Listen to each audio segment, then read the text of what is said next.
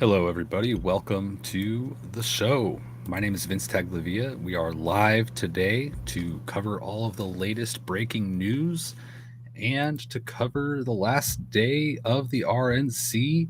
Trump has just arrived tonight. He's going to speak later on, and that is scheduled to be somewhere between 9 and 10:30 p.m. Eastern Time, or 6 and 7:30 p.m. Pacific Time. So in about an hour and a half leading up to that, we are going to talk about the news and events of the day. So welcome, one and all. Thank you for joining me today. I appreciate it.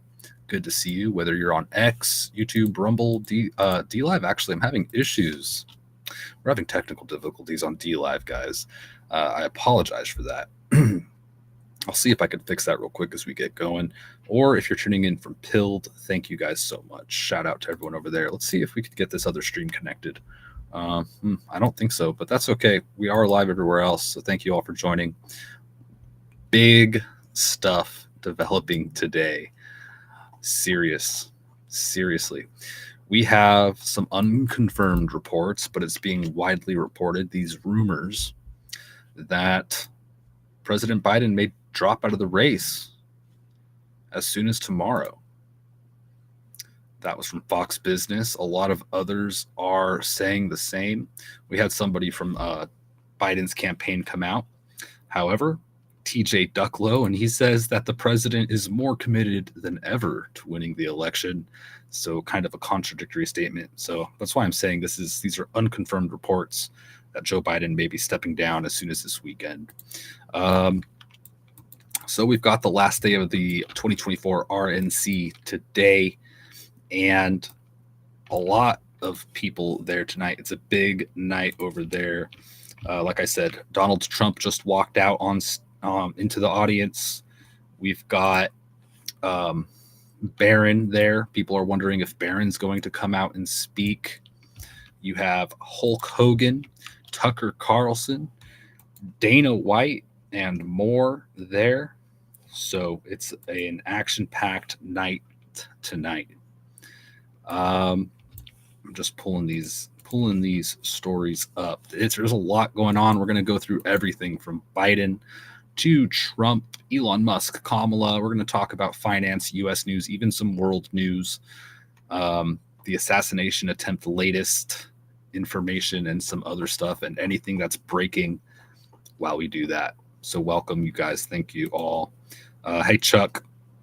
Chuck says Biden is going to drop out and will not endorse Kamala. That's what they're saying. Through sources. Sources are saying he's going to drop out, and also that he will not endorse Kamala. That is a rumor. Yes, that is the rumor out there. That is pretty interesting, to say the least. So if it's not Kamala, which is interesting considering all the work that she's put in and they've put in to put her in the vice presidential position. We even had Kamala coming out not too long ago, a month or two ago, and saying she's ready. She is ready to be president, right? That was odd. But it may not be their choice. That may not be their choice. We'll see.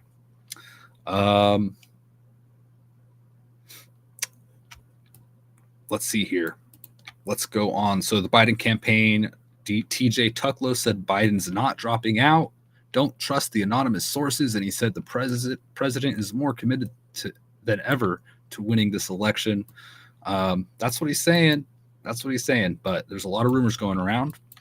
Nancy Pelosi has told U.S. House Democrats that President Biden can be, quote, persuaded fairly soon, unquote, to exit the 2024 presidential race. These are from new reports from Fox Business, where they stated that President Biden may drop out as soon as tomorrow. But as I said, we've got conflicting reports on that. So this is just the rumor mill, if you will. None of this is official, but I'm not surprised if this ends up being confirmed as the route they're taking. That is Joe Biden actually stepping down rather. We'll see. What do you guys think? Who would replace him? Hey, Lucas, thank you for tuning in. Good evening to you. Hope you're doing good. Thank you all for tuning in.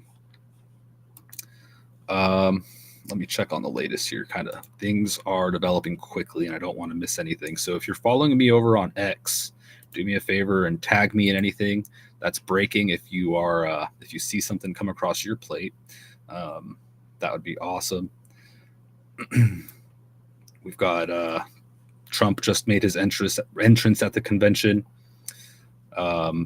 So we're just waiting for Trump to come up, and that'll be in about an hour and 20 minutes or so. An hour to an hour and 20 minutes, we'll see.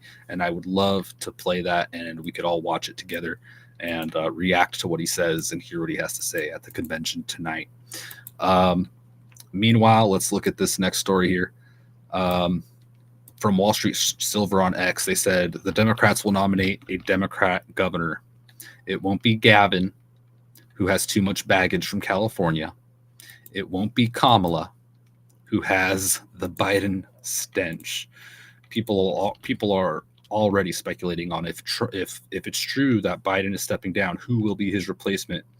Wall Street Silver says they will nominate either, and they have a list of 3 that they think that they will nominate to either Michigan Governor Gretchen Whitmer, Pennsylvania Governor Josh Shapiro, or Kentucky Governor Andy Beshear.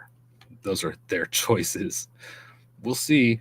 I mean, none of those seem like very strong opposition to Donald Trump. I don't really see a strong path forward for the Democrats in this election right now, although it's not over yet, right? Let's face it. We still have a long road ahead in this election. We'll see how it all shakes out. So if you're new here, please like and subscribe. Follow me. We'll be doing live streams and posting other content on YouTube and X and everywhere else. So please subscribe, join the fun and the news. Follow the news with me as things unfold. It's just absolutely shocking. This is history in the making, really. Onward here. Joe Walsh, a former congressman, said, "As voters, let's not complicate this. I'm voting for whoever the Democratic nominee is, and for the sake of our democracy, you should too.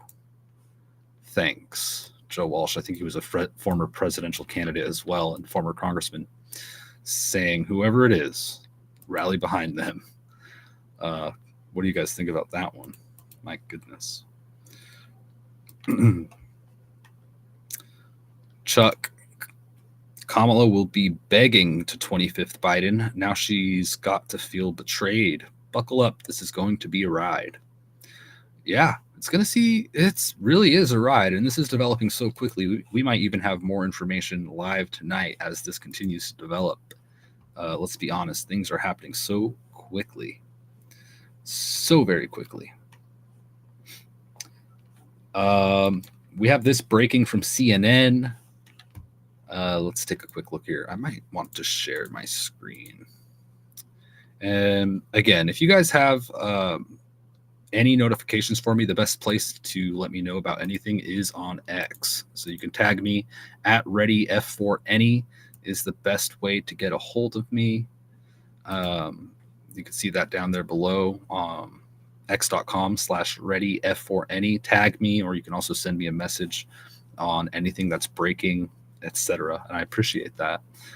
So here we go. The Spectator Index tweeted this out just a minute ago.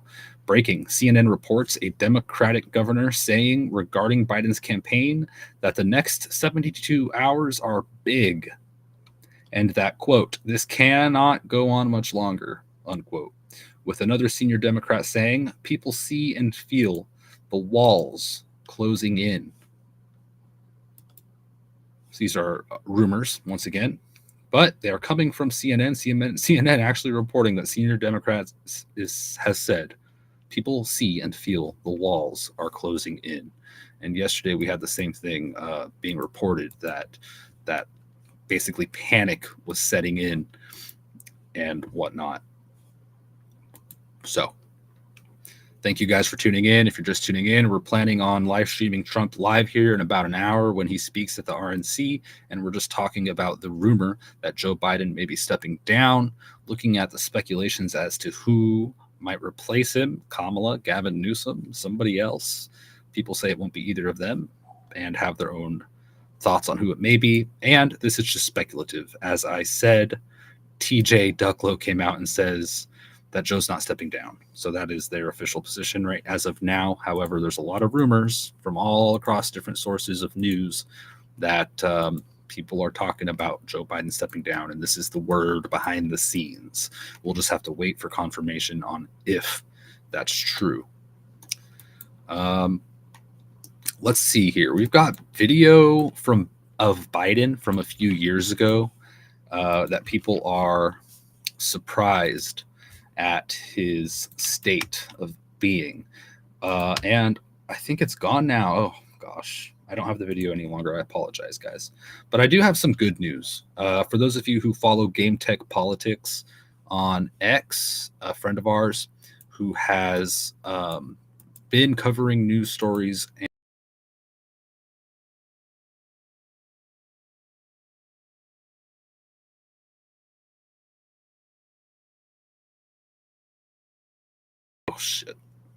oh shoot, here we go with the interruptions.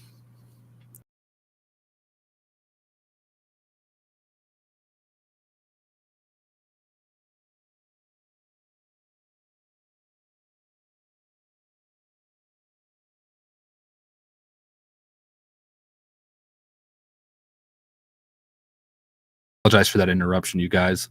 I just wanted to notify you that I did have some good news about our friend Game Tech Politics.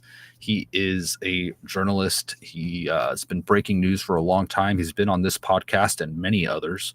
He has returned back to X after a while of taking a break, and he said that he's going to continue to be taking his break, but he is highlighting these posts that he made last year where he said, quote, Biden will announce he is dropping out of the 2024 race before the primaries. Gavin will be his replacement. The DNC will use their power to put Gavin as the front runner. Save this tweet. And so that was Game Tech Politics, November 28th, 2023. He's doing just fine. He said that he is going to be taking a break, but he said thank you to everybody who's reached out, et cetera, et cetera. He also retweeted a post from August 22nd, 2023 of his where he said, quote, March 2024, Biden will announce that he won't be running and Gavin Newsom will be his replacement, set up by the DNC. Save this tweet. So kind of the same prediction that it won't be Biden at the end of the day and that it'll be Gavin Newsom. That's one prediction there from Game Tech, who I'm glad to see is doing well. Very glad. He says this as yesterday. He said, I'm taking a break on X for a few. I love you all so much and I appreciate you all more than you understand or know. Thank you, everyone, for your prayers and support. I will let you all know when my next article is published. And he goes on. So that's good news. People were asking me if I've heard from Game Tech, and now we all have. So just wanted to let you guys know about that. Onward, let's see what we've got going on here. Remember, we had Biden yesterday coming out and saying that if he was diagnosed with a medical condition by his doctor, that he would consider dropping out of the race. Just after that, he came out with a tweet, and after the announcement that he had tested positive for COVID, canceling a speech, and that he would self-isolate, he put out a tweet, or his whoever controls his media put out a tweet simply stating, quote, I'm sick. And he got a plethora of responses to this. Joe Biden on X put a post out saying I'm sick at 4:22 p.m. Pacific yesterday. Laura Loomer responded, we know, resign. Tim Pool said, we figured that out after reading Ashley's diary. Others responding, we know. Oh my gosh. We've known for a while.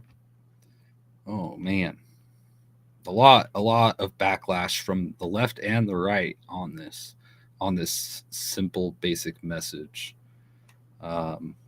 Everybody on X piled onto him with that. All right. So on Joe stepping out, this is the rumor. Newsmax even reporting it. Let's watch this clip from them on what they say. As I said, This is not the official position from Joe Biden. We have not heard this. These are all just rumors. But listen to this clip from Newsmax today. Carl, according to multiple Democratic sources, this is happening all of a sudden. Everyone said it would happen gradually and then all at once, and that's what's happening. According to my sources, President Biden has agreed to step down as the Democratic nominee. Oh, man. It will happen as early as this weekend. A speech has been drafted for him. He will continue on as president, is his intention. He also will not, I'm told, endorse Vice President Harris as his successor. So they said he will continue as president, although he won't be running, and that's the rumor. So it's going to be interesting. It doesn't make sense to me that that's the reality, because if he's unable to run for president for whatever reason, they have to put a reason forth, right? They're going to have to they're going to have to publicly say, hey, Joe Biden will not be the nominee, and here's why. If it's because of a medical reason or whatever they put forward, how is he still able to be president until next year, right? So that's a little bit weird. And the fact that they've said the rumor is that he will not endorse Kamala is an interesting rumor, to say the least. And a lot of people are reporting that. So let's listen to the rest of this clip. They're hoping that he will endorse an open process in which the convention will be open to Vice President Harris and a few other candidates in Chicago to pick the Democratic nominee for president. The belief is that Vice President Harris is already looking at potential running mates to go to Chicago with a full ticket, including one possibility, Andy Beshear, the governor of Kentucky, and perhaps the governor of Pennsylvania, Governor Shapiro. Heard that. Other possible candidates who are being talked about include Gavin Newsom, the governor of California, perhaps Gretchen Whitmer, and again, the vice president running. On the first ballot, the regular delegates would be allowed to vote under this agreement that's being talked about amongst the president and high-level Democratic officials. The regular delegates would vote on the first ballot. If there is no winner in the first ballot, the so-called super delegates would be allowed to vote on the subsequent ballot. This decision was reached, I'm told, all of a sudden because of the high-level pressure from Nancy Pelosi, Barack Obama, and others, and as well as the decision of many of the President Biden's top aides that there was no path forward for him, that he would not be able to win this election, win the general election, and therefore he's stepping aside again as early as this weekend. Wow. According to an AP poll, at least 2/3 of Democrats want Biden to step aside. It was interesting, that clip from Newsmax we just watched. They said that this is allegedly coming from pressure from people like Hillary Clinton and Barack Obama, which, of course, that reminds me of Donald Trump, who always comes out and says, who's running the show? Is it Barack Obama? And this kind of rhetoric. My gosh. Really remarkable stuff. Almost 2/3 of Democrats want Biden to step aside, according to this AP poll today. Biden campaign denies the rumors of withdrawal. TJ Ducklow stating that that's not the case. Do not believe the anonymous sources, okay?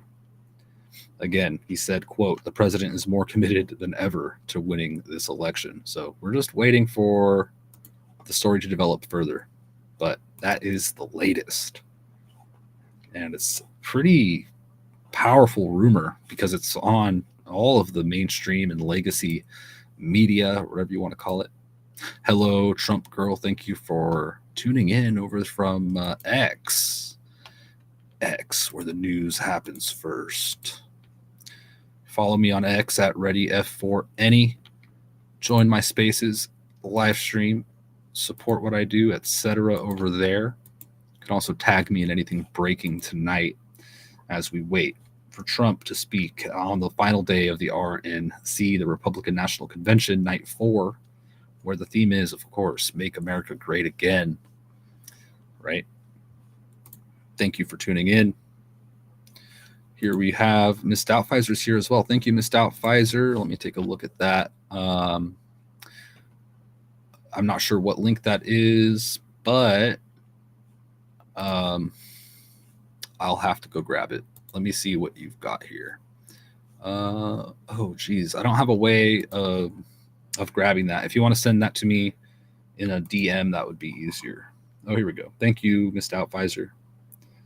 Appreciate that. His lawyer is speaking now. Yep, that's great.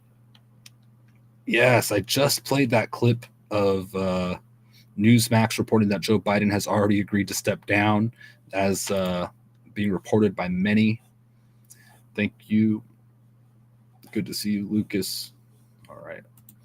So onward here. Biden's inner circle braces for him to step aside. This is another headline from a post from Mario Knopfel. He says, a person close to Biden says we are close to the end. Well, a senior campaign official notes it's a when, not an if. Despite the official statement from Biden's campaign, TJ Ducklow, saying that that's not the case and that Biden's committed to winning. It says here from Mario, quote, despite public denials, internal conversations suggest Biden's departure is imminent due to unstable pressures and dwindling support, according to MSNBC. MSNBC is even reporting on it. So everybody, this is being reported very widely, as I said. Wow. Thank you, Miss Pfizer, Miss Doubtvisor. Thank you for tuning in. Whoa. All right, let's see what else we got. Nancy Pelosi privately told Joe Biden he can't beat Trump in the 2024 presidential race, according to CNN. This is all legacy media coming out with these rumors. We're calling them rumors because the official campaign statement is that they are not confirmed, not true. But even CNN is reporting that Nancy Pelosi privately told Biden he can't not beat Trump in the 2024 presidential race. Maybe it's just a rumor. Maybe there's some fact to this. But I tell you right now, phones are probably ringing off the hook. And Biden and everybody is probably trying to figure out their best path forward here. I would imagine so. So if you're just tuning in, thank you guys. We are waiting for Trump. That is who I want to see speak. And he'll be live in about an hour or so, is my understanding. Trump is slated to speak at approximately 9 to 10:30 p.m. Eastern time, or 6 to 7:30 p.m. Pacific time. And I would love to just play that together and listen to what Trump has to say tonight. And if there's any other notable speakers, then we may play that as well. But especially Trump coming up later, I want to hear live with you all, which will be fun. So thank you for tuning in. Thank you all very, very much. Onward.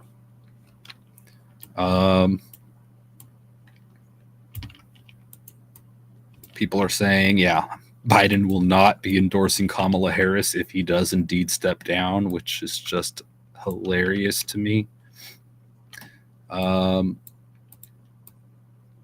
Here we have squad member condemns top Democrats for not confirming or denying these Biden reports. Let's pull this story up real quick and see what this is about. This is from ABC News 4. Oh, gosh. Good googly moogly. Squad member condemns top Dems for not confirming or denying Biden reports. Representative Ilhan Omar on Thursday lamented a lack of accountability among Democratic leaders as reports continue to cast doubt on President Joe Biden's candidacy. They write. ABC News reports, quote, several major Democratic leaders have called on Joe Biden to abandon his re-election bid in recent weeks. Representative Adam Schiff became one of the latest to do so Wednesday, citing Biden's potential inability to beat his opponent, former President Donald Trump. Biden is now expected to drop out of the race as soon as this weekend, Axios reported. We also saw, like I just said, we saw CNN report this. We saw MSNBC report this. We see all this legacy media reporting on this. However, his campaign, DJ Tucklow in particular, came out and said that the president is more committed than ever to winning this election and said he is not stepping down. So conflicting information, but here we are. They continue here on ABC4 News saying that Representative Omar, a member of the ultra-progressive congressional group, The Squad, described the behavior as, quote-unquote, shameful, saying, quote, "I can't tell you how shameful it feels to hear all these leaks about what Democratic leaders are saying and not to have a single one of them out here confirming or denying it. This failure by party leadership may require the help of a higher power to resolve," she added. Quote, "It's a lack of leadership and it's making all Democrats look bad," Representative Omar said, continuing, quote, "Whatever this mess leads to will not undo the damage that has already been inflicted. May God help us all." Wow. Not instilling a lot of confidence in me if I were a supporter. That's just, you could see this this is kind of falling apart apparently. They go on and they write that Representative Omar remains a staunch supporter of the president amid the tumult surrounding his reelection campaign. The representative in July noted that outside of a few outliers, most Democrats support the president, according to Bloomberg. She also condemned the moderators of the first presidential debate for failing to fact-check Trump live on air, saying, quote, "You can't moderate a debate if you are unable to at least push back on outrageous lies." She was obviously dissatisfied with the handling of the debates, which were an absolute disaster for Joe. And after the debates occurred, I think a lot of people came to the conclusion that this is going to be a rocky road for Joe at the very least. Hey, Jonathan. Evening. Thank you for joining. And thank you for supporting me as a VIP member on YouTube. I appreciate that so much. Thank you. And thank you for following me over there on pilled.net for all of those of you over there. I see you and I appreciate you. Thank you very much. Good to see you guys. And all right, let's see what else we got here. Let me see. So they're playing commercials right now. We're waiting for Trump about an hour or so. Hopefully he's on time. And I can't wait to play that. But we've got this. Rubio came out and said, according to Politico, that if Biden does exit the race, he should also resign as president, which makes sense to me. Because if he cannot be president next year, why can he be president for the remainder of this year, right? So Rubio says that, and they reported this on Politico, and this is what they say on Politico. They say,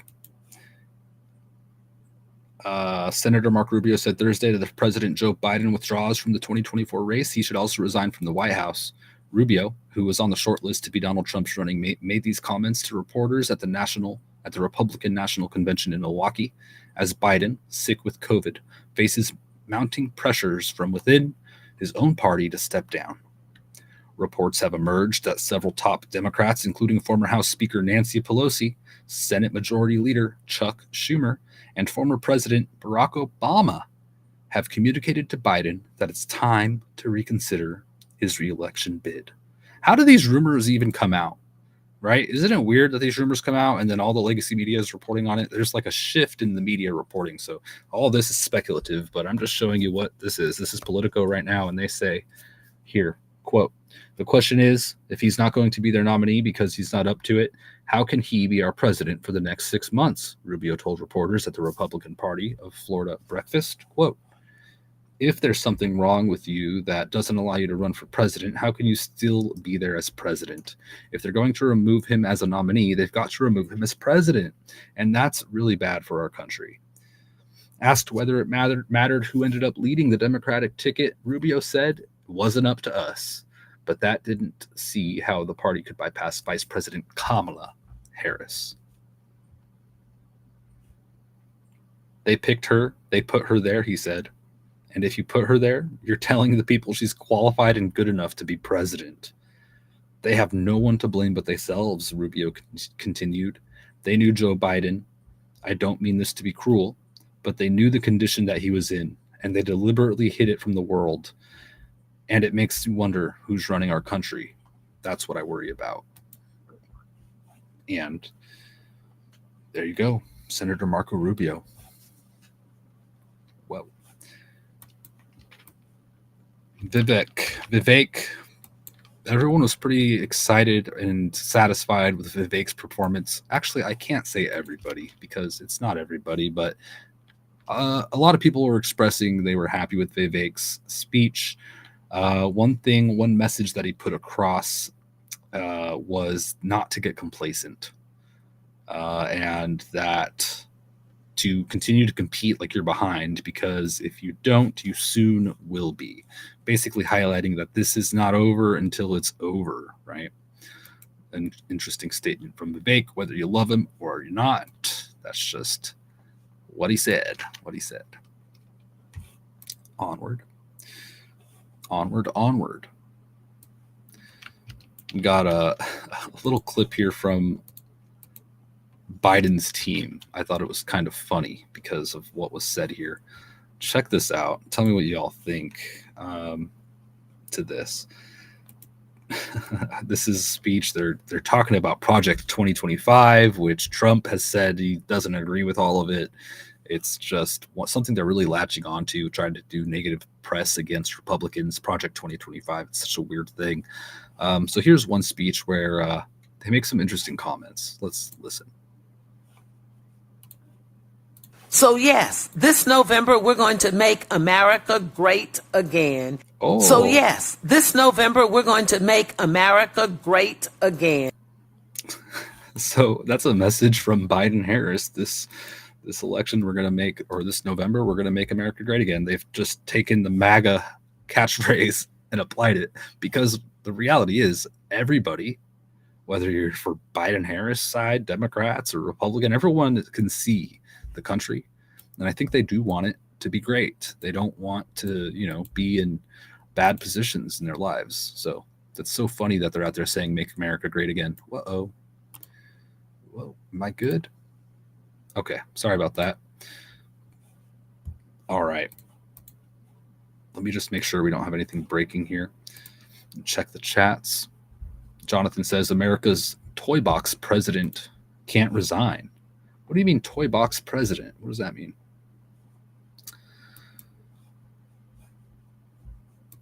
Wow. So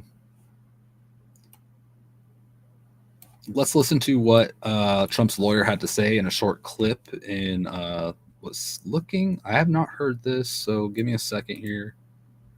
Let's listen to this clip from Alina Habba, and it looks like she tells a heartwarming story.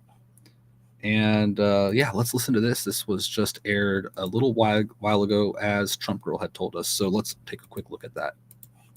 Not too long ago, a supporter shouted, "God bless you and President Trump," in the middle of Manhattan after one of our trials. Little did that man know that I was on the phone with the president himself.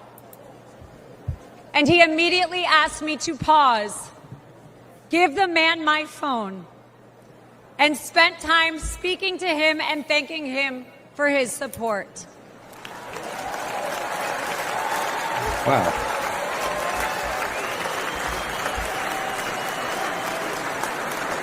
Despite the lawfare and the politics, President Trump loves the American people, and he loves this country.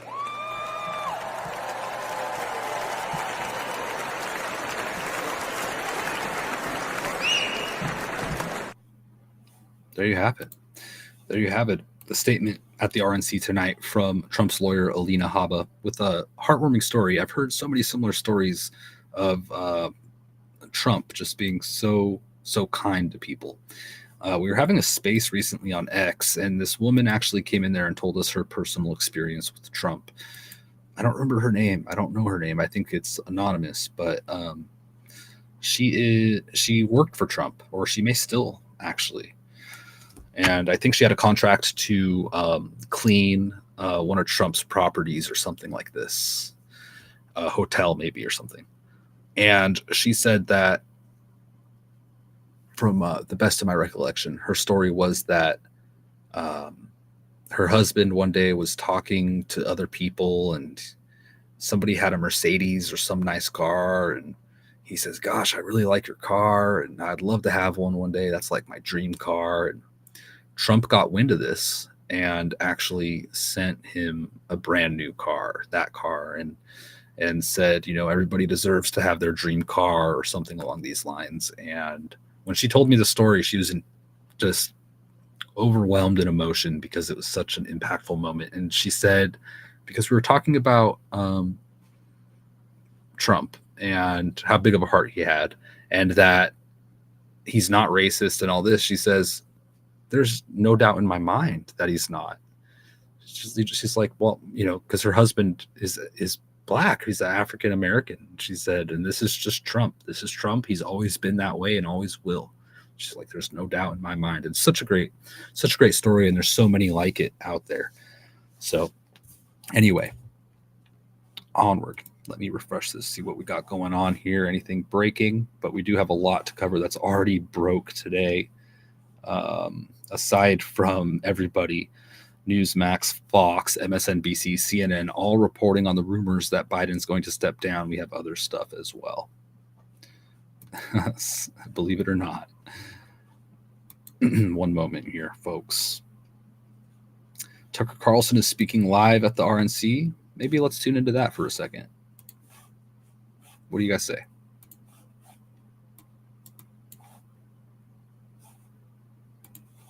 That is a title that is bestowed by a process of some sort that can be subverted.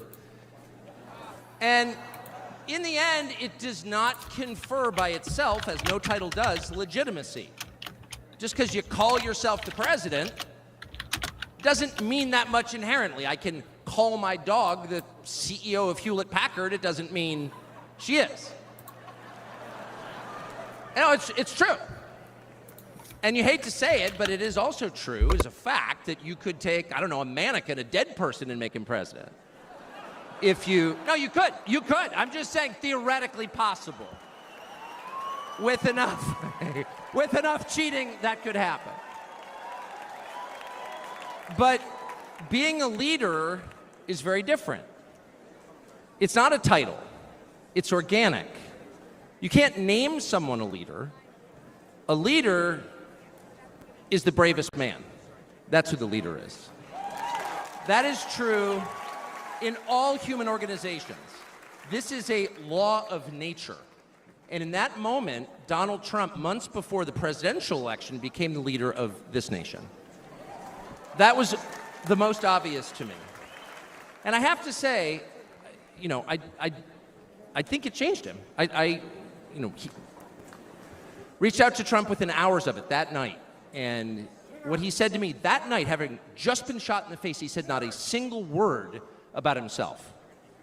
He said only how amazed he was and how proud he was of the crowd, which didn't run. And I thought two things. The first thing I thought was, well, of course they didn't run. His courage gave them heart. A leader's courage gives courage to his people. And the second thing I thought was, this is the selfish guy I've been hearing about for 9 years? Really? Not a word about himself? About his people, period. And the second thing I noticed, which I don't think anyone has remarked upon in public, but I'm just going to since I don't have a script, like why not, is that he turned down the most obvious opportunity in politics to inflame the nation after being shot. To inflame the nation, which is an opportunity that almost every other politician I've ever met, and certainly his opponents, would have taken instantly. And they would have said, well, what is this? How did he get shot? Like, how did this happen? And those are real questions that we have to get to the bottom of. But in the moments, the days, the week after the shooting, he did not say that. He did his best to bring the country together. And I thought, this is the divisive figure? This is the irresponsible person? No. This is the most responsible, unifying behavior of a leader I think I've ever seen. So the question is, where is he leading us?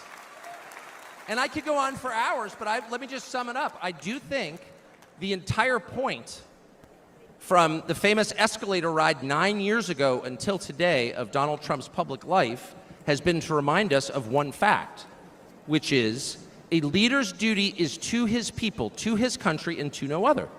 That's the point. That's the only point. And another word for this is democracy. Democracy, in case you're a little sick of being beaten in the face with democracy on television, actual democracy is the proposition that the citizens of a country own that country. They're not renters, they're not serfs, they're not slaves, they are the owners of the country.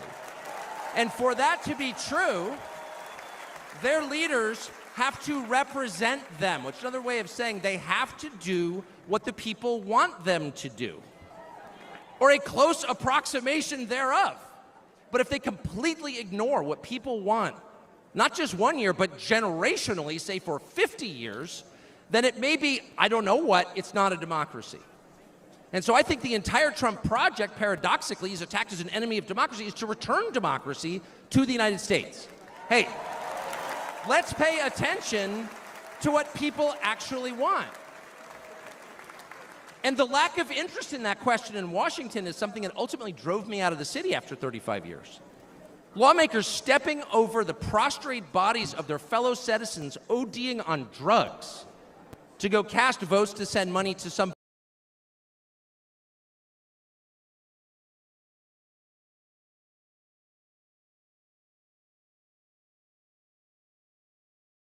in the past 4 years, the War II, our bloodiest war, more than we lost in World War II. Does anybody care? It is pathetic. It is pathetic. And do you hear a single word from Washington about doing anything about it? We know where the drugs are coming from. We know the supply routes. The U.S. military spent billions bombing the Ho Chi Minh Trail. You don't see our commander-in-chief suggesting that we use our military to protect our country or the lives of its citizens. No. That's for Ukraine. And it's too much, actually. It's too insulting. It's too insulting. It's a middle finger in the face of every American. It's a very clear statement, which is unmistakable.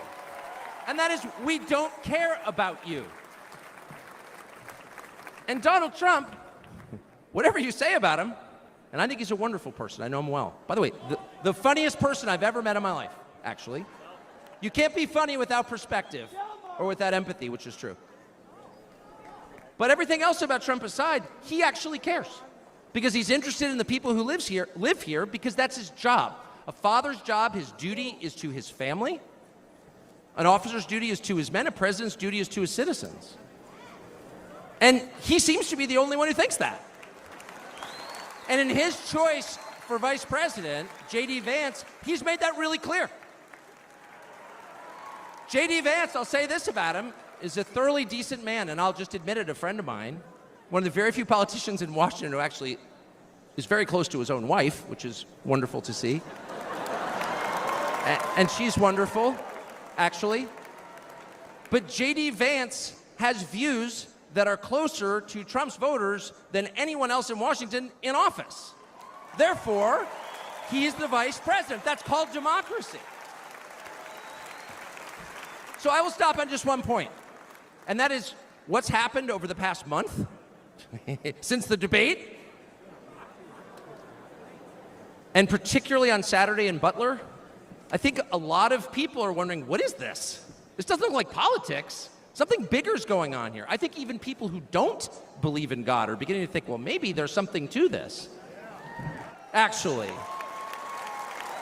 And I'm starting to think it's going to be okay, actually. I do think that. In the day after the midterm elections in 2018, Antifa came to my house. The Democratic Party's militia, okay? I was at work. It was obvious when I was at work because it was public. My wife was home alone. They tried to come in through the front door. They terrorized her. She hid in our pantry. It was on television. It was horrible, actually. It was, I'm not whining about it. I wasn't getting shot in the face, but it wrecked our day. And the next morning, we're lying in bed, and the phone rings for my wife, and it's Donald Trump, who's not like a regular text buddy of Donald Trump's. She picks it up, hello? Susie, it's Donald Trump. And it's coming through, I could hear it. I'm lying in bed, whoa. And the first thing he says is, I'm going to stand guard outside your house. And she goes, oh, that's so nice. And he says, I'll never forget this as long as I live. He says, there's a lot of hate out there. And she said, there is, Mr. President. And then he says, but there's a lot of love. There's a lot of love. And we are seeing that love. I don't think it's human love. And I'll just stop with this. I'm not always convinced that I'm on the right side. I've been on the wrong side many times. You'll never hear me say, I'm on God's side, or God's with me, or even I'm with God. I want to be, not sure I am. But I will say this unequivocally and conclusively. God is among us right now. And I think that's enough. God bless you.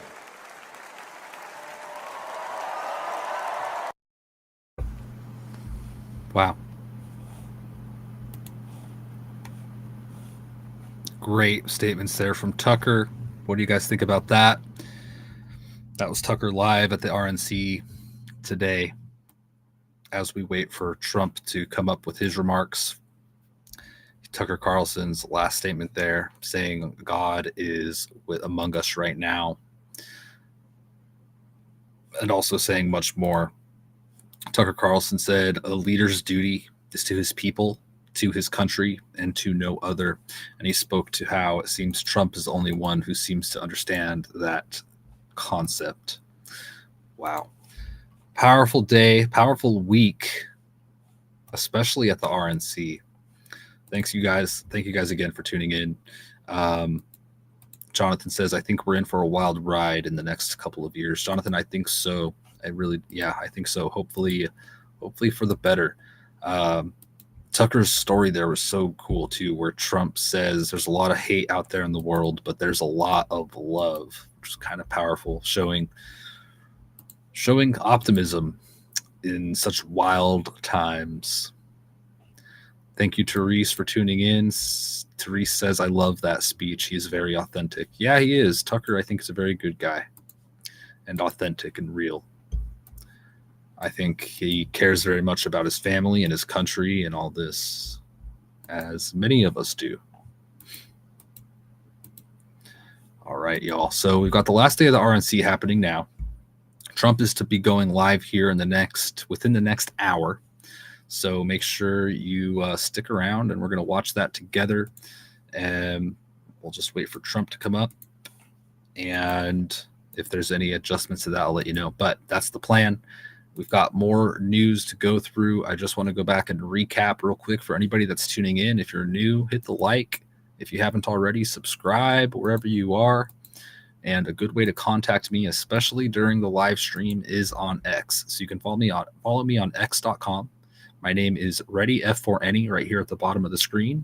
ReadyF4Any.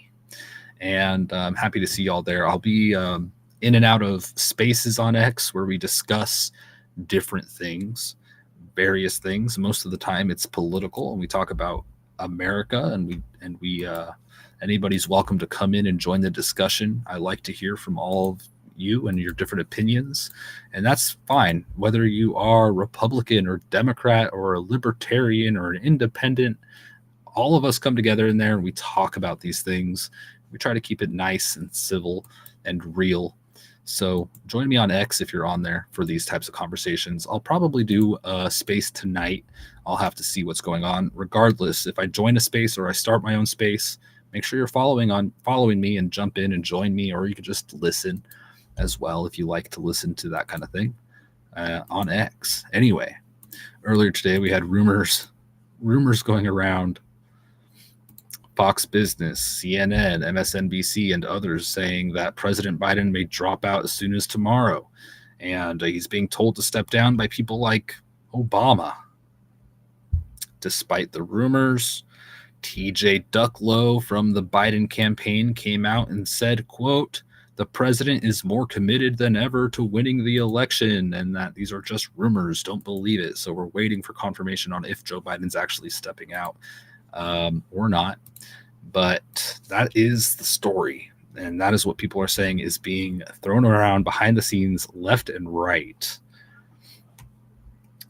So that's what we got, y'all. That's what we got with that.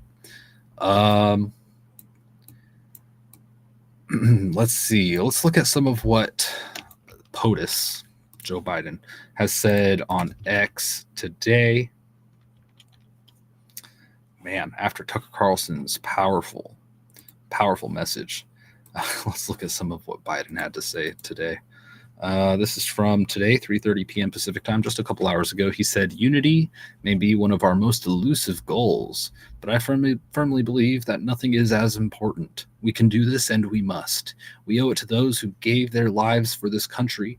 We owe it to ourselves, and we owe it to our children and our grandchildren." Of course, this is just a post by Biden's team. He doesn't actually, I don't think, use social media, but that is a post from them. People responding, "Are you dropping out? What's going on? Hello." That was 2 hours ago. And he has more stuff. Nothing major there from the president's account, really. Let's be honest. I don't see anything that I feel we need to talk about now. There's other more important things. So let's move on. We had Elon Musk saying some interesting things today. One of which saying Elon Musk said, quote, "They're taking Biden fishing soon." They're taking Biden fishing soon. And he posted this image here. It's Elon Musk. They're taking Biden fishing soon. And he followed this up with, "The saddest thing about betrayal, it never comes from your enemy." A couple of interesting posts there from Elon Musk's. And somebody responded, somebody called Tesla Synopsis says, "Be kind and let him enjoy life," talking about Joe Biden, asking Elon Musk to be kind. Elon Musk said in response 7 hours ago, "I think he," meaning Joe Biden, "should stay in the race, but they're going to take him out." So, and that's some of the stuff from Elon Musk lately. Also on X, they made it so if you write hashtag MAGA, it automatically makes this. I'm going to post it so I can show you. It automatically puts a picture of Trump. This iconic little tiny image here. They made a little tiny image of Trump after he had been shot in the ear, with the flag in the background. So now if you do hashtag MAGA on X, that automatically comes up, which is pretty interesting thing. An interesting thing that we saw pushed out on X this morning. I don't know if they made any other changes to hashtags, but that was interesting. And it was trending today. All right, y'all, let me go to the chat real quick. Jonathan, think about it. Think about it Thursdays at the White House. Jonathan, I'm not sure what you mean or the context of that. If you want to clarify it, I'll get back to that. All right. So it looks like they're playing music right now at the RNC. We're waiting for Trump's time to speak, which will hopefully be within the next hour. Onward here. Let's look at some of what Trump has said. The most heartwarming, or this isn't what Trump said, but this is from yesterday, a heartwarming moment from the RNC where Trump's granddaughter spoke. His family was there. And here's one image, if you hadn't seen it already, of Trump's grandson hugging him at the RNC convention. So they were talking about Trump just being, and Melania talked about this too in her statement on the 13th, that Trump is just a normal guy. Don't forget, politicians are just people, right? And we saw a lot of that theme over the week. Thank you. Jonathan says everybody at the White House is thinking hard as hell right now. Yeah. Oh, yeah. This is a continuation from yesterday where they said that everyone's panicking and all this kind of narrative was going around of total meltdown is the words that they used, that there was a total meltdown happening in D.C. and behind the scenes. Let's see here. All right. What else do we got? Trump reportedly met with the USSS director, Kimberly Cheadle, at the RNC convention yesterday. Kimberly Cheadle, Secret Service director responsible for the Secret Service and securing the events that the former president attends, was at the RNC yesterday. They say Trump met with her. We don't have any more information as of now, but we did have this. GOP senators confront Secret Service chief at RNC over Trump shooting, saying things like, quote, "You owe the people answers." LifeSite News reported that 4 Republican senators chased down Kimberly Cheadle and demanded resignation or a full explanation right now. Milwaukee. This was reported today. GOP senators chased after Secret Service Director Kimberly Cheadle on Wednesday night at the Republican National Convention, demanding answers concerning her agency's epic failure to protect former President Donald Trump and others during Saturday's assassination attempt when one man died. Quote, "This was an assassination attempt," shouted Republican Senator Marsha Blackburn of Tennessee, running after the unresponsive Cheadle as she and her outrage sought to escape the Republican lawmakers' questions. Quote, "You owe the people answers. You owe President Trump answers." And a little bit of drama unfolding as Cheadle was there. Many people having a lot of questions for the Secret Service, local police, and more as the investigation continues into what happened that day, July 13th, 2024, in Pennsylvania. A lot of weird stuff. We're going to talk more about that tonight as well, what we know and the latest on that, either before or after Trump speaks. We'll just have to wait and see how things kind of unfold here live. But onward here, I want to see, do we have anything breaking? Let me just check that, and we'll get right back to the show here. Nothing major breaking as at this exact moment, but let's see. Just verifying. I don't want to miss anything, folks. All right, onward. This was kind of weird. I saw a lot of people wearing these ear patches and I guess kind of in solidarity with Trump. I don't think Trump cares, as he has such a great personality, but this is just people from the convention. I think from yesterday, they're all taping fake bandages to their ears. It's like in a show of support for Trump, I suppose. There's mixed emotions about this online. Some people are like, "Oh, give me a break. This is bad taste," or whatever. Other people think it's funny. What do you think? I mean, to me, I think I don't know. I don't think it's too bad. I don't think I could take it or leave it. It's not a big deal to me. And to be honest, I think Trump would probably find it flattering. Trump would probably make jokes. Trump is fine. He's fine. He's a funny guy. I think he could take a joke. He wouldn't take that personally, but a lot of people are a little upset at that. What do you guys think? Is it appropriate to put on a fake ear bandage in solidarity with Trump? I haven't seen anybody in public wearing that. That'd be pretty funny, though. The ear bandage is the new Trump hat.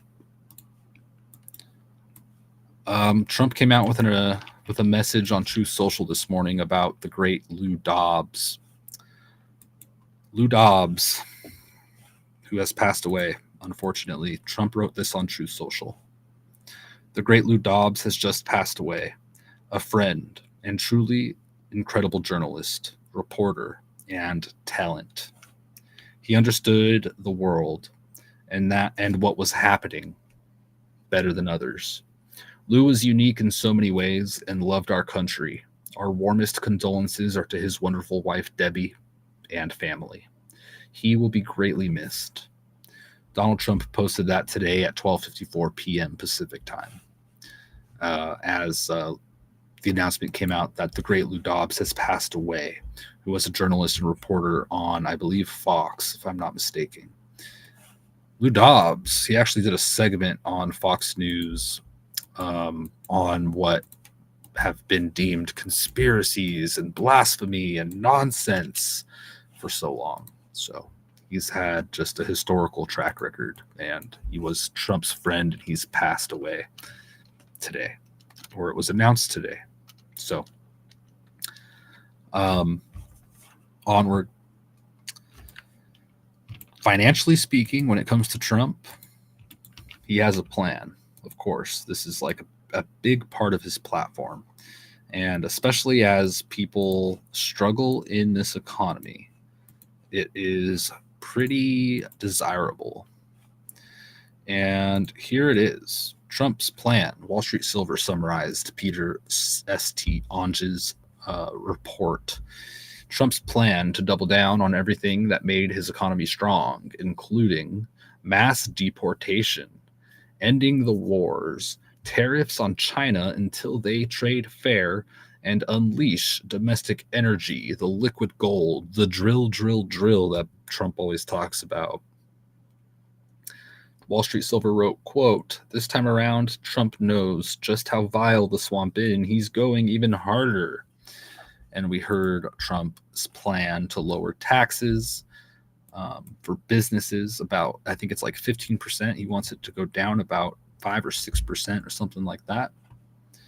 So some interesting stuff to anticipate once Trump becomes president here.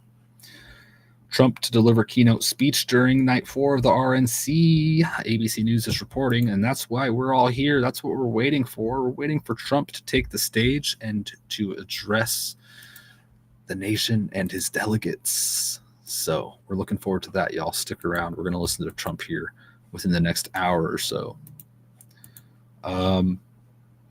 Yeah, and again, the rumor is Nancy Pelosi thinks Joe Biden is close to dropping out. To dropping the re-election bid, according to reports. So we'll see. That's just a rumor, though, is what they're saying. They're saying it's just a rumor, guys. We're waiting for confirmation. We did just hear from Tucker Carlson at the RNC. We're waiting for Trump, but let's watch this. There was an interesting development with some weird things, financially speaking, that involved Trump. More specifically, Trump's stock. This story is huge, and I have an update. But first, let's look at what the Gateway Pundit has, and I have a little more information as well. So this is the report. It says this, quote, "Investment firm that allegedly put options on 12 million Trump stocks day before assassination attempt blames a filing error. Rothschild, BlackRock, Vanguard, Meta, George Bush, and Cheney family among the top investors." So that is kind of a weird way to put it, but the story is that people were betting against the DJT. Pardon me, man, I'm allergic to this strange story. People were betting against the DJT stock, Donald Trump's company, in the stock market one day prior to the assassination attempt by buying put options.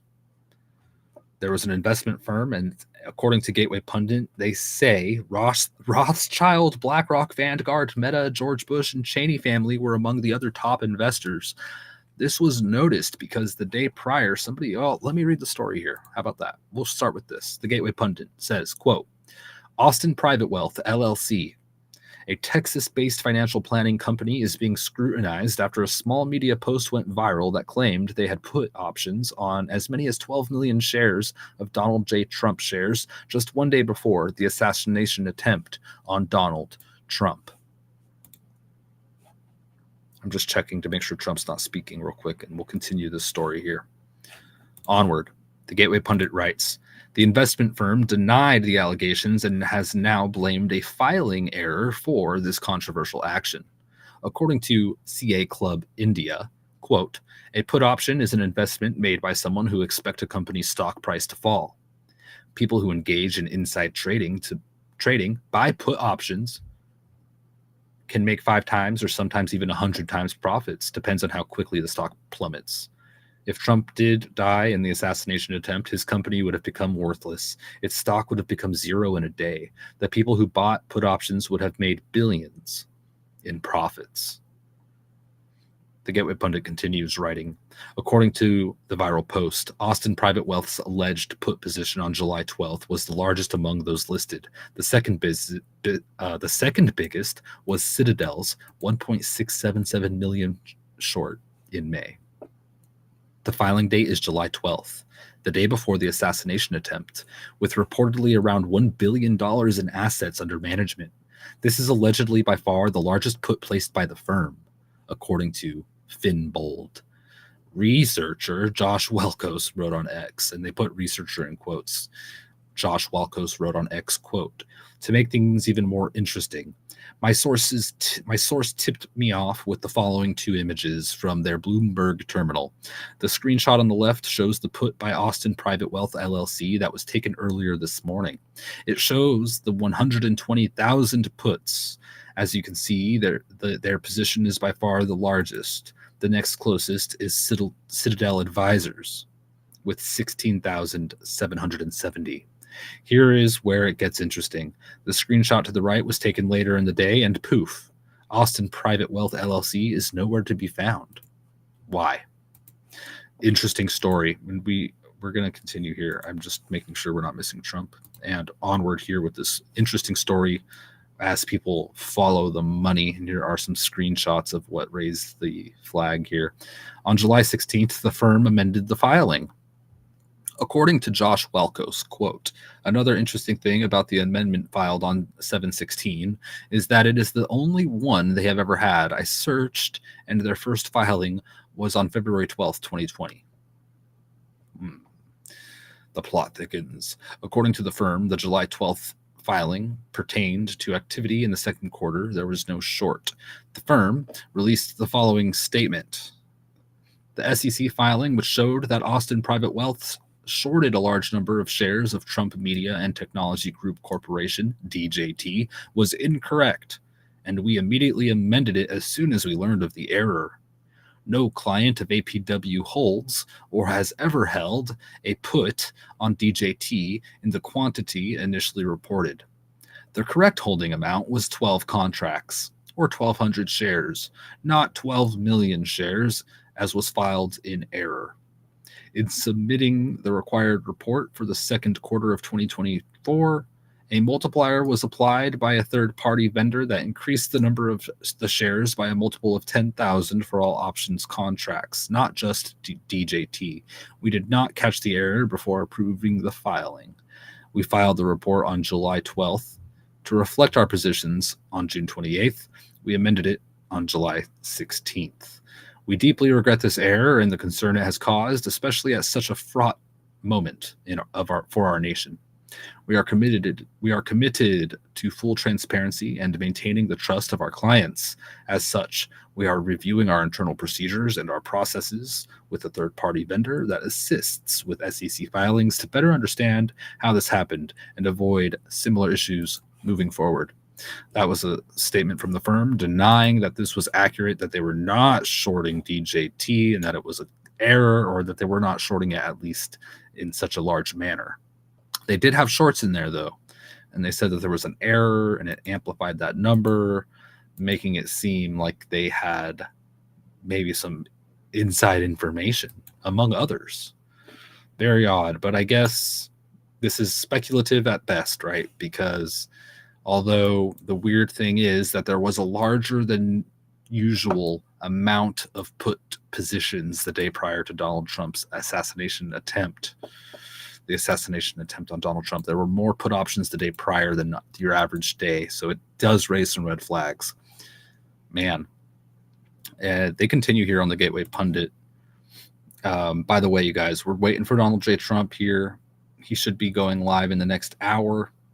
And we'll be listening to what he has to say from the RNC tonight as they conclude the convention. So we're talking about the increase in put options that have been denied to be an issue. The Gateway Pundit writes this. Social media users also scrutinized Austin Private Wealth's investors. The latest 13F filings reveal a list of top investors, including influential globalists such as the Rothschild family, BlackRock, Vanguard, and Meta, as well as prominent political families like the Bushes and the Cheneys. California Club India reported, quote, investors in Austin Private Wealth Austin Private Wealth's LLC's largest investors primarily include a mix of institutional funds and individual high net worth clients. Some of their top holdings, as reported in their latest 13F filings, include the Rothschild family, BlackRock, Vanguard, Meta, George Bush, and the Cheney family. They said that, in conclusion, Trump's death would have crashed the NASDAQ and Dow Jones for a week. According to our estimates, anyone who had this knowledge beforehand would have made an estimated $696 billion to $1 trillion in profits from those positions if they were real. And I'm putting that in.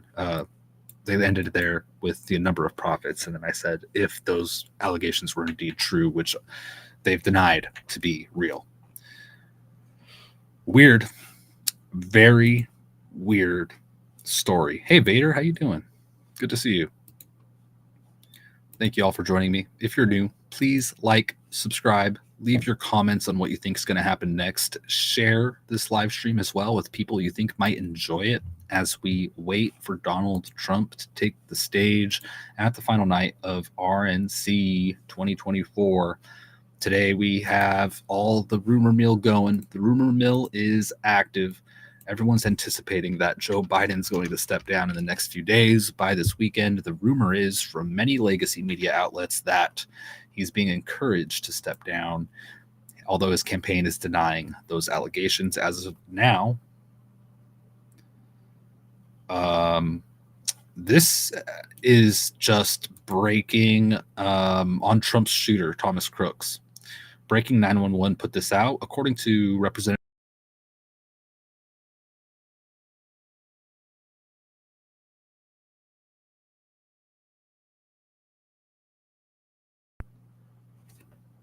of course, testing. Let me get a 5-5 if you guys can hear me. Breaking 911 just reported, according to Representative Michael Waltz of Florida, that the Trump shooter Thomas Crooks had 3 encrypted overseas accounts. Wendy Patterson took to X and said this: put this information in its own bucket as they make this public, because what they say needs its own investigation, and here's why. The 20-year-old who had zero internet footprint, except in gaming, want us to believe that the kid who had zero online footprint had not 1 but 3 overseas encrypted accounts. Number 1, 3 overseas accounts. Number 2, Iran put a hit out on Trump. Those are the things that Wendy Patterson is noting to be coming out in the narrative and the allegations of the truth of what's going on. Very weird. Yeah. So they said that the Trump shooter did not have an online presence. They said that his communications were largely encrypted and that they did access the phone finally, but they couldn't get much information off of it, which is odd for a teenager not to have an online footprint and to use encrypted communications, which means it's digitally scrambled to be inaccessible and hidden. There's various apps that allow this to happen, etc. Wow. That is weird, to say the least. Let me see here. Just check in any more updates. Wow. Crazy. Lou Dobbs was one of the best. Yes, Chuck. Yes. Let me see here. Thank you all for, if you're tuning in over on Rumble, thank you guys very much. And Pilled. Like I said, good to see you, Vader. And I think we got here, who else? Thank you, Naz, for subscribing, Les, and others. I see y'all over there. Thank you so much. Good to see you. Hope you're all doing well tonight. We're just waiting for Trump to go live here. They're playing music. It should be in the next hour or so. I think right now, and we're going over breaking news. We still have more to cover. I want to go through what we know, what's happened over the last 24 hours, and anything that breaks in the meantime. I think right now is a good time to take a quick break, y'all. So I'm going to step away here just for a moment, stretch my legs, get a drink of water, etc. But we're going to keep this party. We're going to keep this show on the road as we wait for Donald J. Trump to take the stage at the RNC 2024 convention. So please like, subscribe, share, and we'll be right back with more. Thank you, everybody.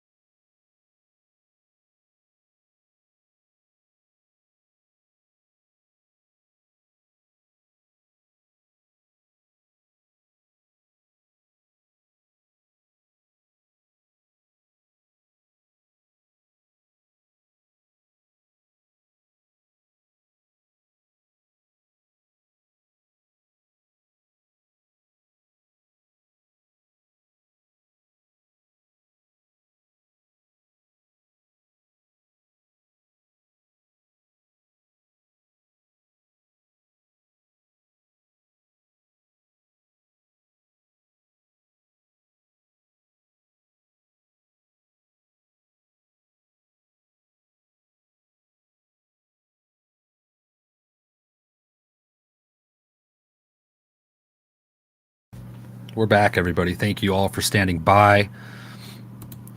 We have breaking news. We have some more breaking news as we wait for Trump to go live here.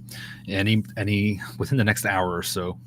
Like I said, subscribe, comment, and I'll get back to you on YouTube and Rumble and on X. Thank you all for tuning in wherever you are. Let me fix this here. We have some breaking news. Let's go over that as we wait for Trump. Earlier, we talked about some rumors that Biden would resign. His campaign came out and said this, as you can see down below, quote, this is TJ Ducklow, quote, the president is more committed than ever to winning this election, and it looks like they're sticking to that narrative. Here is MSNBC reporting on the latest on this rumor that's going around. Can you first talk to us about whether the reporting in the New York Times and in other outlets is correct that President Biden is considering stepping off of the Democratic ticket? The New York Times reporting is absolutely wrong, and it's been consistently wrong. The president has said that he is running, and it's the end of story. And so he was just out here in Nevada talking to the NAACP, and he is running his campaign along with the vice president. Can you first talk to us about whether the... Hilarious. The New York Times reporting has been historically wrong. He said something along those lines, which is absolutely hilarious. Nobody could have guessed that, right? So there we go. That's coming from MSNBC. They're saying it's just rumors. Gunther Engelman says, I hope this is true and Joe Biden stays in the race. And that's the sentiment from Elon Musk and others that we've seen today, is that they want Biden to stay in because in their eyes, he's a very weak candidate. In other breaking news, I'm just making sure that I'm not missing Trump, y'all. I do not want to miss Trump. Trump will be taking the stage in the next hour or so or sooner. I don't know the exact timing. If anybody has a thumb on the exact timing, I'd appreciate it. As far as I know, Trump is going to take the stage somewhere between now and 7:30 p.m. Pacific time. So somewhere between 9 p.m. Eastern time and 10:30 p.m. Eastern time, or now and 7:30 p.m. Pacific time.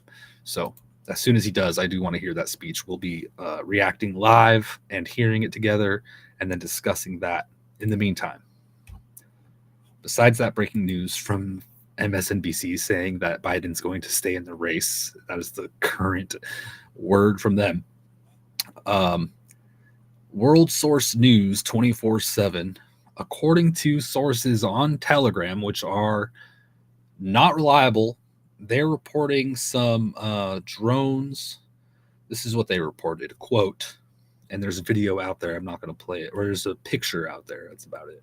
They said, quote, a gray drone about the size of a car flew out over the sea, directly over the American consulate on the beachfront of Tel Aviv, and crashed into a building about 100 meters behind it. So there's been an alleged report. There's an alleged drone attack near the American consulate in Tel Aviv. We'll wait to see if we can get confirmation of that as the night continues. But things are just becoming unstable globally, as in America we have these political these politics unraveling, like the political situation.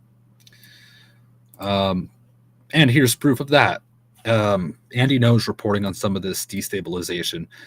Here we have some Antifa extremists showing up to this is what Andy No writes, quote, some of the Antifa extremists showing up to try to disrupt the RNC include those who went to my city, Portland, during the deadly 2020 BLM Antifa riots.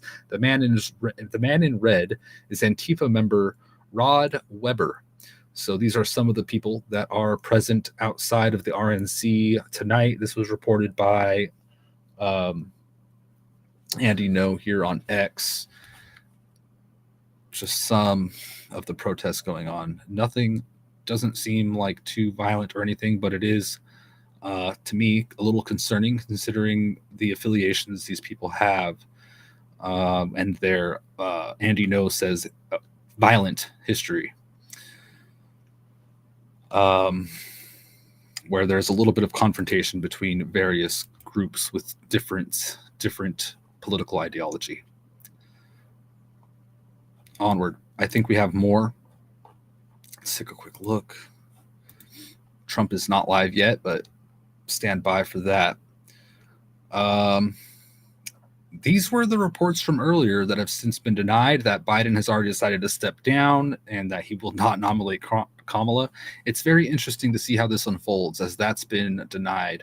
Let's go back to what Tucker Carlson said today, just recently, live from the Republican National Convention. I watched the video of what happened in Butler, Pennsylvania about 50 times. I think I was one of about 8 billion people around the world who watched it. And the more I watched it, the more it struck me that everything was different after that moment.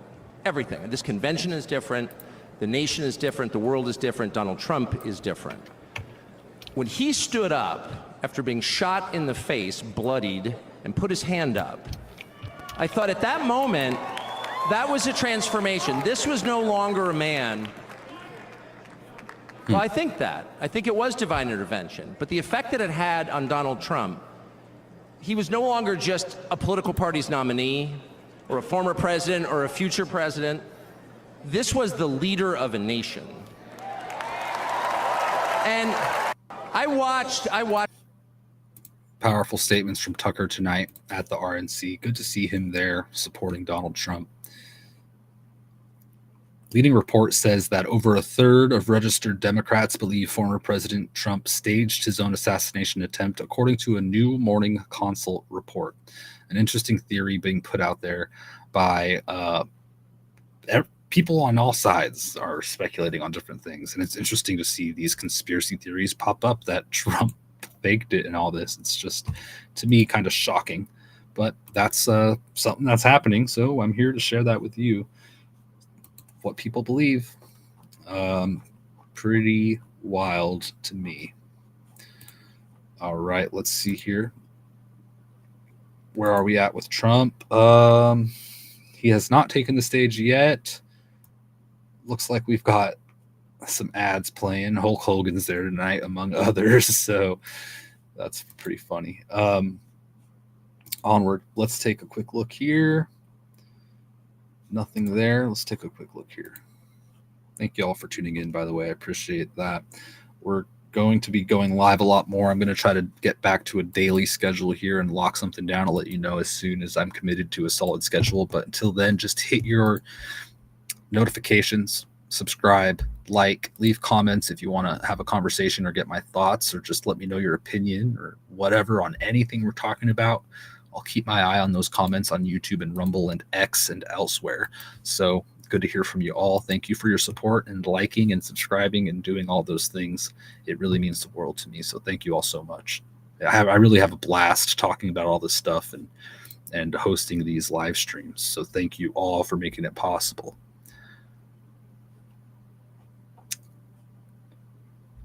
All right, so that's where we're at right now. Let's continue here. I wanted to talk about a story. We all heard of Biden's student debt relief plan. Well, we have some news regarding that. The latest on that from Zero Hedge. Check this out. Federal appeals court blocks entirety of Biden's student debt relief plan. And we've heard this so many times. Joe Biden keeps people accuse him of buying votes, saying it's not constitutional, dude. You cannot just cancel this debt. And here's what Zero Hedge wrote.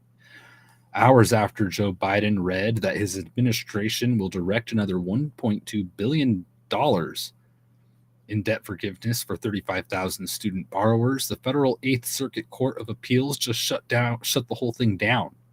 In other words, tax-paying plumbers and electricians will no longer pay for debts voluntarily taken out by those who now can't afford to pay them. In a Thursday ruling, the court granted a motion for an administrative stay filed by a group of Republican-led states which sought to invalidate the Biden administration's entire student loan forgiveness program. The order prohibits the administration from implementing any aspect of the SAVE plan, much of which had already been blocked by lower court rulings. Quote, the Associated Press. 2 separate legal challenges to Biden's SAVE plan have worked their way through the courts. In June, federal judges in Kansas and Missouri issued separate rulings that blocked much of the administration's plan to remove a faster path towards loan cancellation and reduce monthly income-based repayments from 10% to 5% of a borrower's discretionary income. So that's been blocked.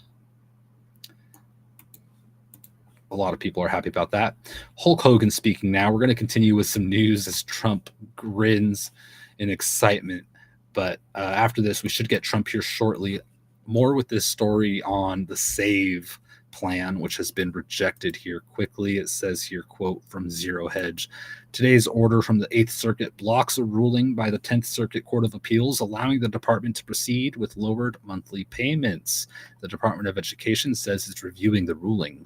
Quote, our administration will continue to aggressively defend the SAVE plan, which has been helping over 8 million borrowers across lower monthly payments, including 4.5 million borrowers who have had a $0 payment each month, says the administration. Quote, and we won't stop fighting against Republican elected officials' efforts to raise costs on millions of their own constituents' student loan payments. Wowzers. So there you have it. The Federal Appeals Court has blocked the entirety of Biden's student debt relief plan. Okie. What do y'all think about that one? All right. Checking the chats here real quick.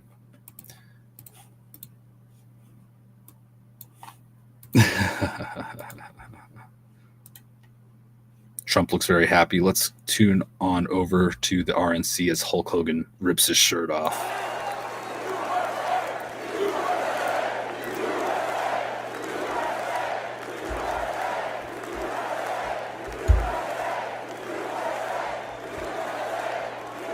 Uh-oh.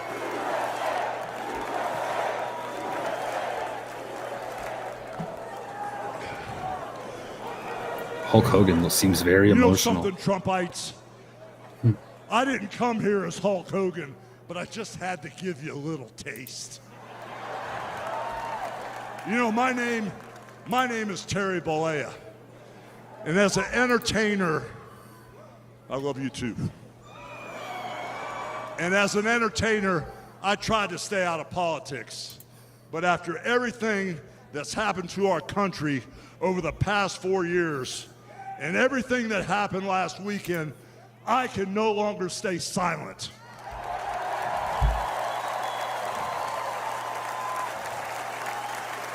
I'm here tonight because I want the world to know that Donald Trump is a real American hero.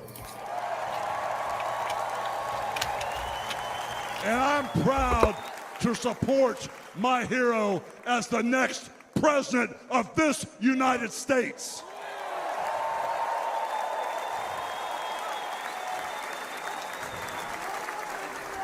You know, guys, I've known Donald Trump for over 35 years. You know, hold on a second, hold on. I just had a flashback. Man. This is really tripping. Let's hear the story. The last time I was up on stage, Donald Trump was sitting at ringside at the Trump Plaza.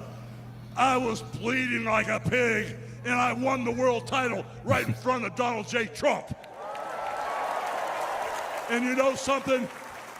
He's gonna win in November, and we're all gonna be champions again when he wins.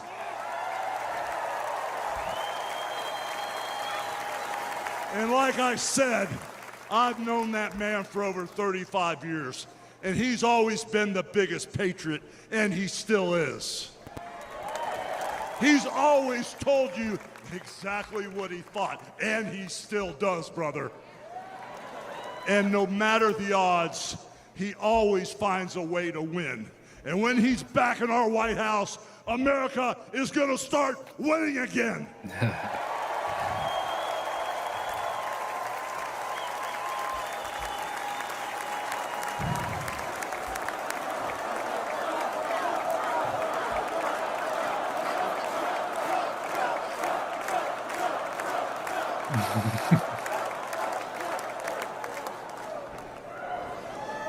You know, guys, over my career, I've been in the ring with some of the biggest, some of the baddest dudes on the planet.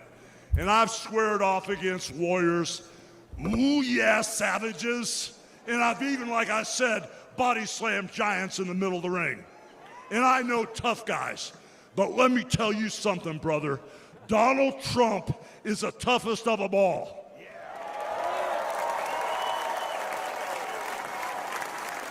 They've thrown everything at Donald Trump. All the investigations, the impeachments, the court cases, and he's still standing and kicking their butts.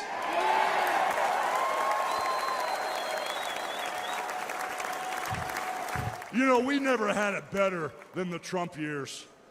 Back then, we had a thriving economy.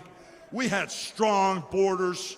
We had safe streets. We had peace and respect around the world. But then we lost it all in a blink of an eye. Crime is out of control. The border is out of control. The price of food and gas and housing is out of control. And the only person who can clean this up is Donald Trump.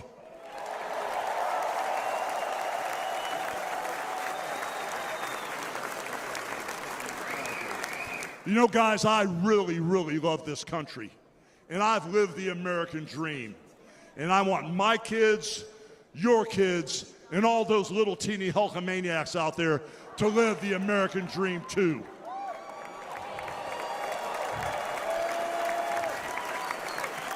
This November, guys, we can save the American dream for everyone. And Donald Trump is the president who will get the job done. So all you criminals, all you lowlifes, all you scumbags, all you drug dealers, and all you crooked politicians need to answer one question, brother. Wow. What you gonna do when Donald Trump and all the Trumpomaniacs run wild on you, brother? God bless you, and thank you. Well, there you have it, folks. Donald Trump throwing a kiss to Hulk Hogan after that speech there. Wow. There's Trump tonight. Ladies.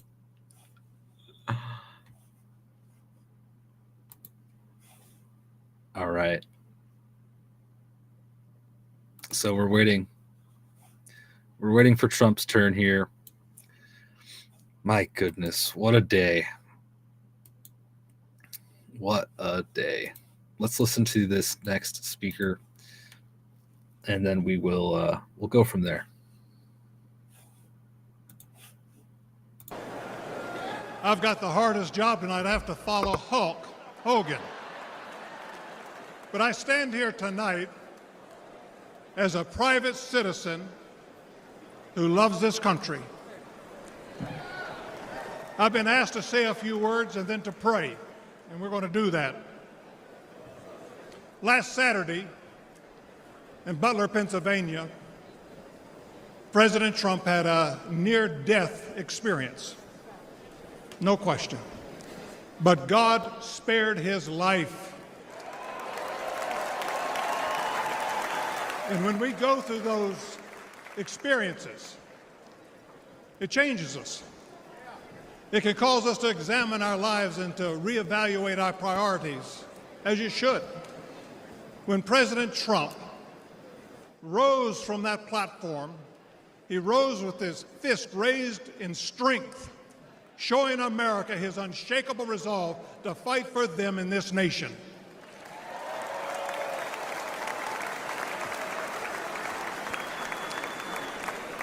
I cannot explain why God would save one life and allow another one to be taken. I don't have the answer for that. But one thing I do know is that God loves us, and he wants us to be with him in heaven one day. And that's through faith in his Son, Jesus Christ. You see, the Bible says that God so loved the world that he gave his only begotten Son, that whosoever believeth in him shouldn't perish but should have everlasting life. For as long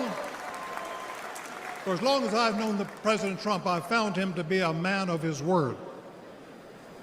Things that he said he'll do, he did. When he told me and our country in 2016 that he was going to appoint conservative justices, guess what? He did. In 2016, he said he would defend religious liberty, and guess what? He did. In 2019, I was with him at the United Nations when the first president of history of this country stood there to advocate for religious liberty worldwide.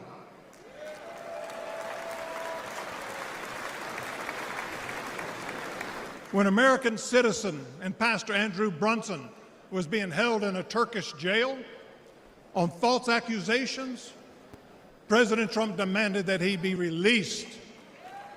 And he applied economic pressure and sanctions until they did that. I'm grateful and thankful for what he did as the 45th President of the United States. And I know that as the 47th President, he will keep his word to the American people to make America great once again.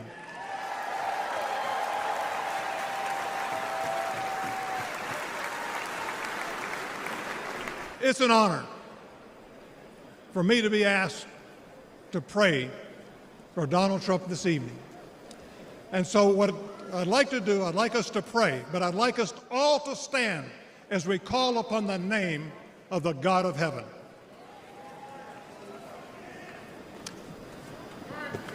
Our Heavenly Father, we come before you this evening with grateful hearts. Thank you for saving the life of President Donald J. Trump. In his own words, it was you and you alone who saved him. We pray for the others that were injured on Saturday, for the family who lost their loved one. Put your loving arms around them. Comfort them, and may they sense your presence. We stand before you tonight. We say thank you for the provisions you have given to the United States of America. You have blessed this country more than any country in the world. Sadly, as a nation, we have forgotten who is responsible for all the freedoms, the liberties, and the bounty that we enjoy. It has all come for you. Thank you. This evening, our nation is in trouble. We're divided politically, racially, economically, with millions of people seeking refuge and hope in our dry and thirsty land. You're the only one who can fix the complexity of the problems that we face today. We pray for President Trump that you would give him wisdom, strength, and a clear vision for the future of this nation and the task that is at hand. Continue to protect him from his enemies.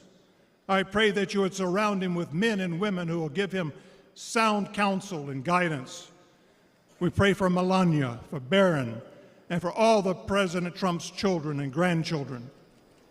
We pray for Senator J.D. Vance, his wife Usa, along with their young family.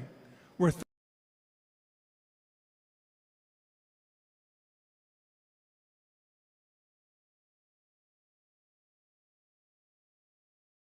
pray for the leaders of our nation, we know that all authority comes from you. You are a great God, and we ask that if it be thy will that you will make America great once again. And we ask that you'll unite our hearts, bring us together, one nation under God, indivisible, with liberty and justice for all. And we pray this in the mighty name of my Lord and Savior, Jesus Christ, the King of Kings and the Lord of Lords. Amen.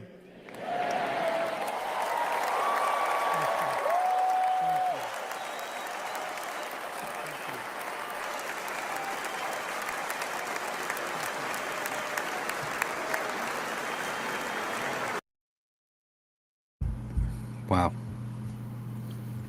All right, y'all. Well, Eric Trump's coming up. Let's hear what Eric Trump has to say, and then we will get back to some breaking news and more.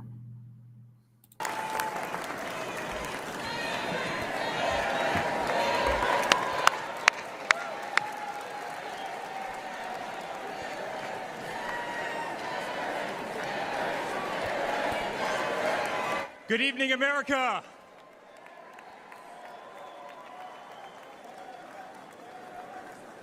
Eight years ago, my father sat our family down.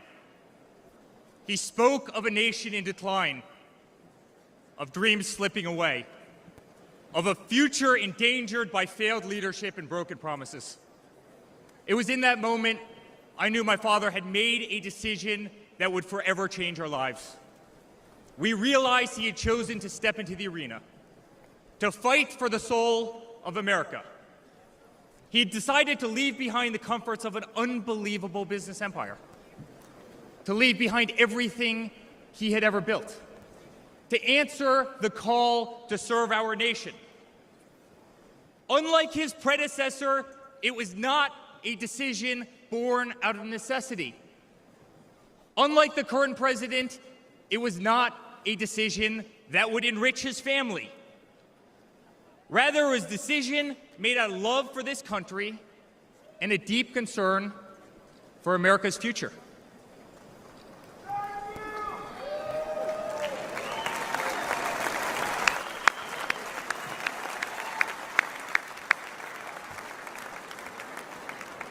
My father was clear it would not be easy, that there would be a huge price to pay, and that the attacks would be vicious. Looking back, that was an understatement. The made-up Russia hoax, the sham impeachments, the efforts to destroy an unbelievable company, a company that I run today, the efforts to cancel us, to silence him, to gag his free speech, and to drag him through every radical left courthouse in America, to take his life. Yet through it all, he's shown unwavering courage and determination, not just in public, but in every private conversation with me and our family.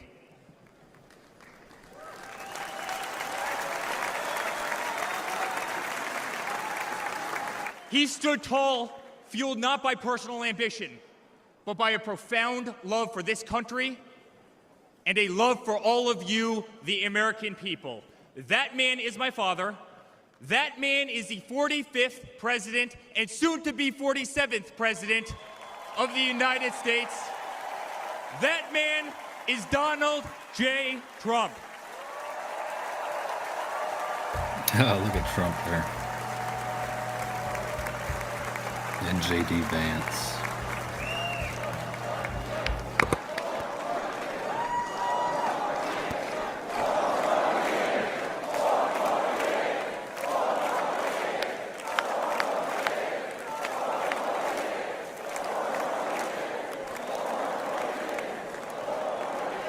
Each time I've stood on this stage, America has been at a dire crossroads.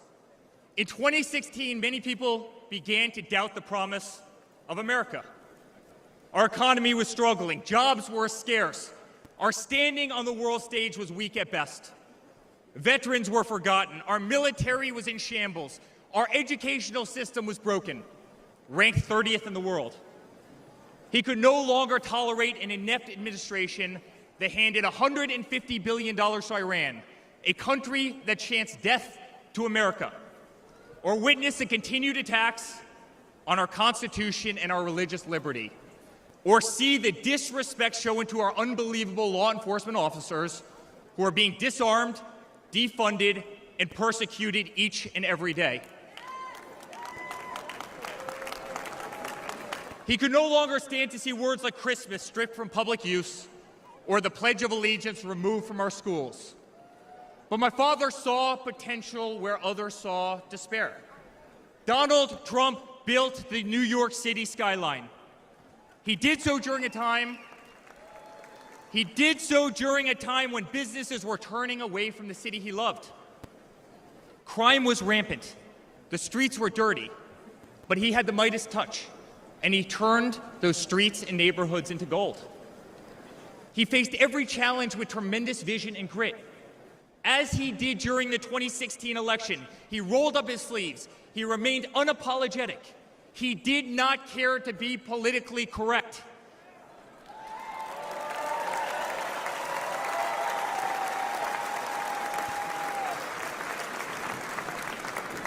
He restored hope. He restored a voice to millions of Americans who had been ignored. He restored the American dream. Under my father's leadership, the economy climbed to record heights. Jobs were created at an unthinkable pace. Unemployment reached historic lows across all demographics. Wage growth soared. He cut taxes for hardworking families and businesses. He slashed regulations. We saw the greatest 401k increase in American history.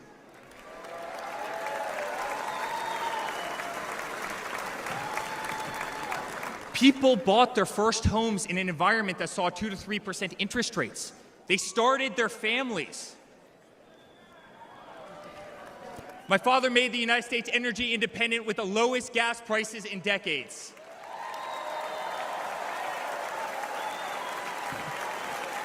My father made the United States safe. Our borders were closed. There was peace in the Middle East. Soleimani, al-Baghdadi, the terrorists were dead.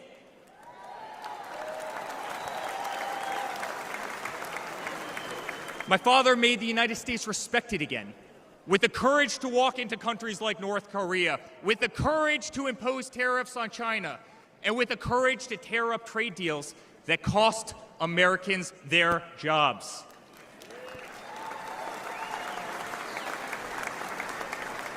He brought manufacturing back to America. Small businesses flourished. He did what he promised. He put America first. We were winning. Donald Trump made America great again.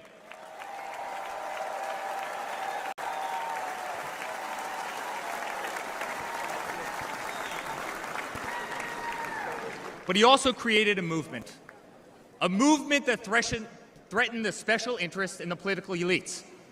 A movement that cast a bright light on the institutions weaponized against the American people. You see it in our schools. God bless the moms who fought back.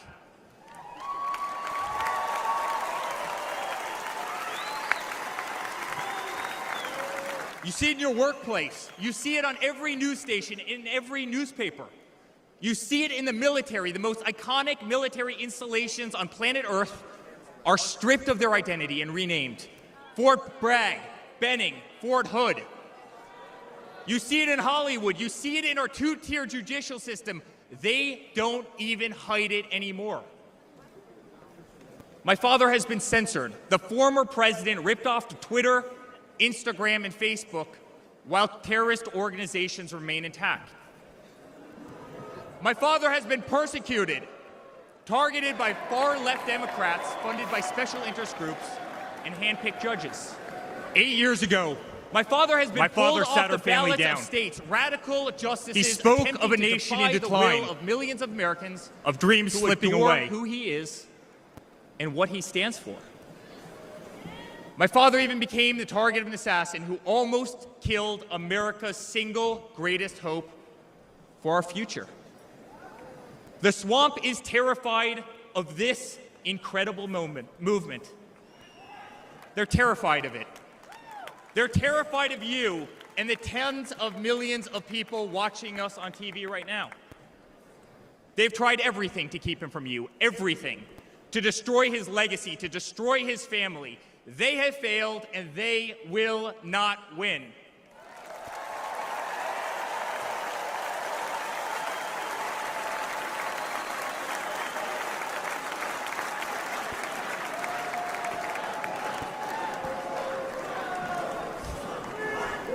I love my Florida delegation right here.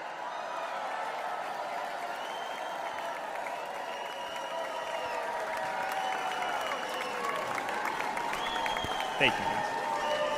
My father stands before you with the most votes of any Republican candidate in the history of our nation.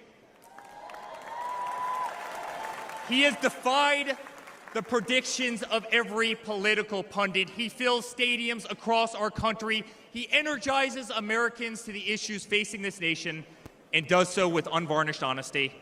He is not a threat to democracy. He is a threat to those who despise our republic, many of whom are bought and sold, bribed and coerced, people who have never signed the front of a check and who have been dependent on the government their entire adult lives.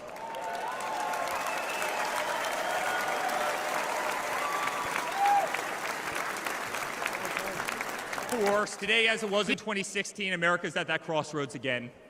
Energy prices are soaring. Interest rates are crippling. Everything is unaffordable. The U.S. dollar has been diminished. Inflation has made it impossible for Americans to live, to save for their future.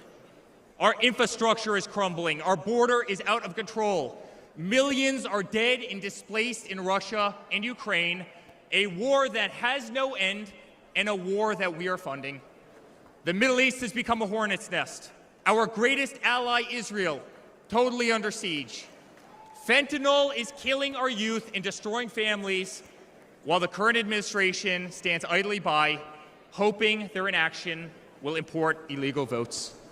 Crime terrorizes our cities and our suburbs as far-left policies handcuff police. Male athletes, guys my height, 6'5", are swimming in women's sports.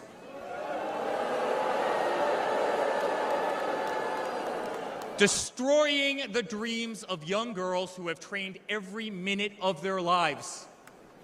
We no longer trust our elections. We no longer trust our judicial system. And we no longer believe that our government is working in our best interest.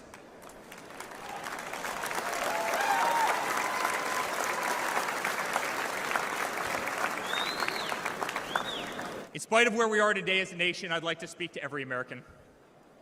To the homeless veteran sleeping under a bridge as illegal immigrants are housed in the most expensive hotels in New York. I'm sorry. We know it's wrong, and we will fix it.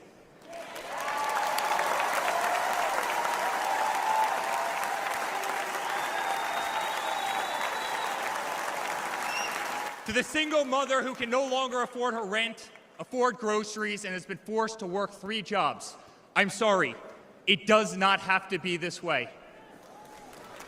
To the parents who lost a son or daughter to fentanyl, including the incredible woman that spoke the other night, while an administration does absolutely nothing, I'm sorry. Your government can do so much better, and it will.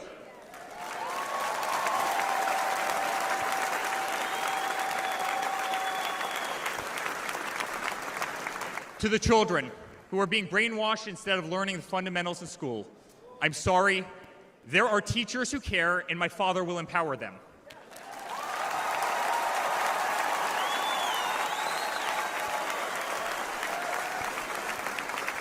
To the law enforcement officers, our brave Border Patrol, Secret Service agents who work every single day to protect our communities, knowing damn well that the system will throw you under the bus, I'm sorry. We will stand behind you.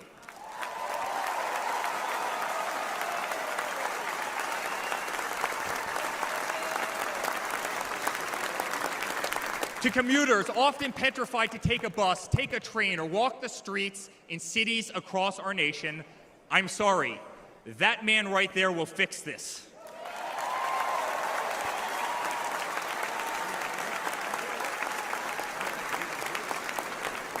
To the construction workers, to the middle-class families, to the families with children with disabilities, families who can no longer afford medical benefits or to take a vacation, I'm sorry.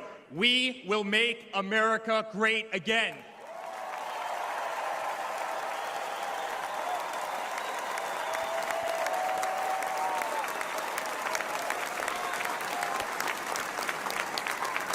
And to my father, who has been ruthlessly silenced, slandered, and attacked by a corrupt administration, I'm sorry.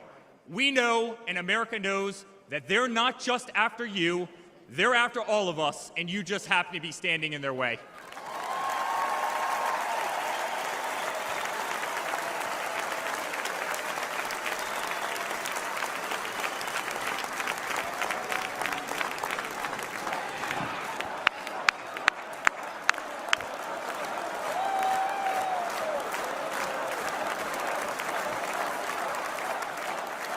To all Americans watching tonight, the greatest retribution will be our success. Success not just for ourselves, but for our grandchildren and our children. Under President Donald J. Trump, the swamp will be drained. America will be respected. Our cities will be safe. Our streets will be clean. And our border will once again be secure.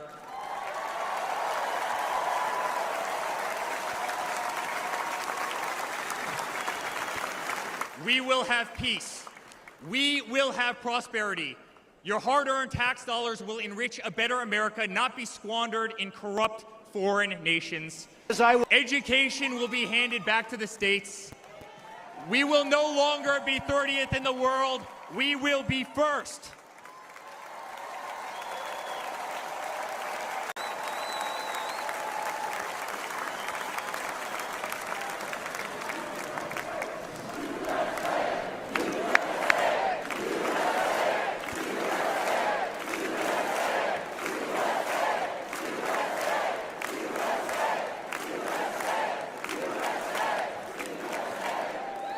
Our children will understand family, our children will have values, and our children will love God.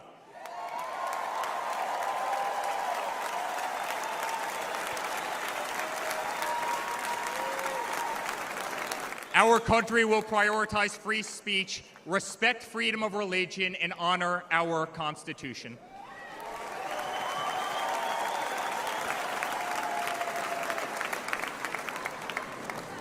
As his son, I've never been more proud of a person in my life. A man who has defied all odds more than once. A man who believed in the promise of America when others turned away. A man who saw a nation in need of a champion and answered that call with unwavering determination and courage. A man who survived a bullet that was intended to eliminate him permanently from our future and from our family. Never have I been more proud to be a Trump.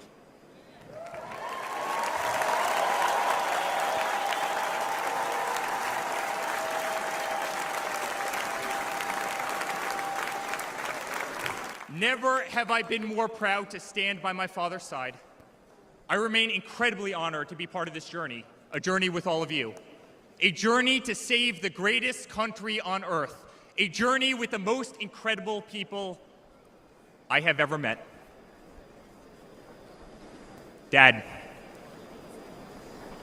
5 days ago, Laura, Luke, Carolina, and I held our breath as we saw blood pour across your face. By the grace of God, divine intervention, and your guardian angels above, you survived.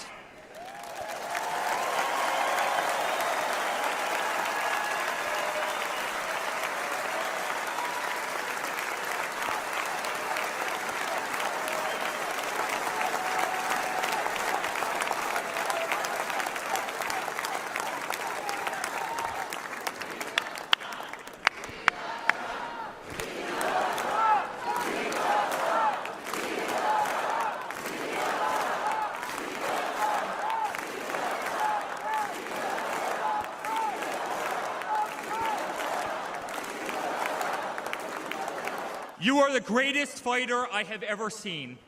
You are strong, you are full of life, and you are unapologetic. Your optimism is contagious. Your backbone is unbreakable. Your conviction to fight for what is right and against all that is wrong is truly next level.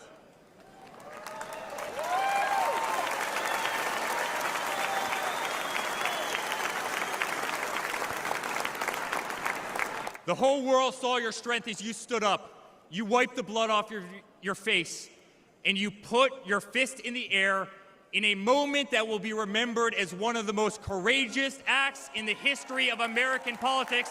You shouted, "Fight! Fight! Fight!"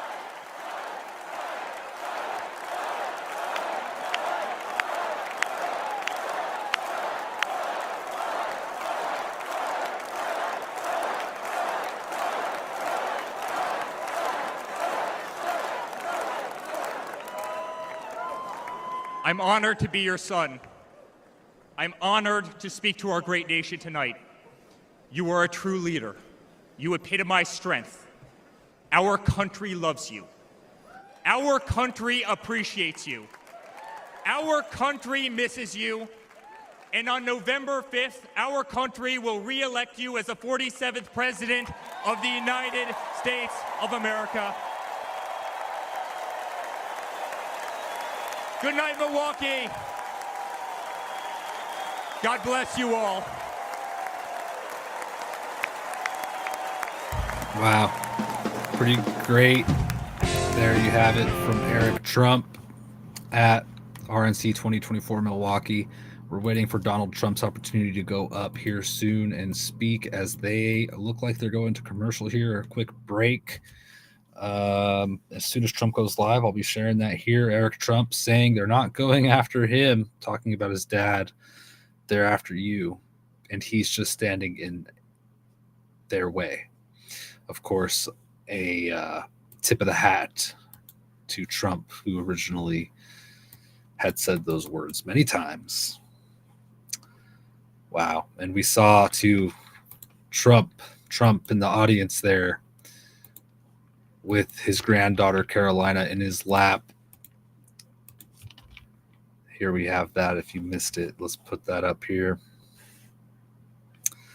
Here he is. Just so cool. So cool.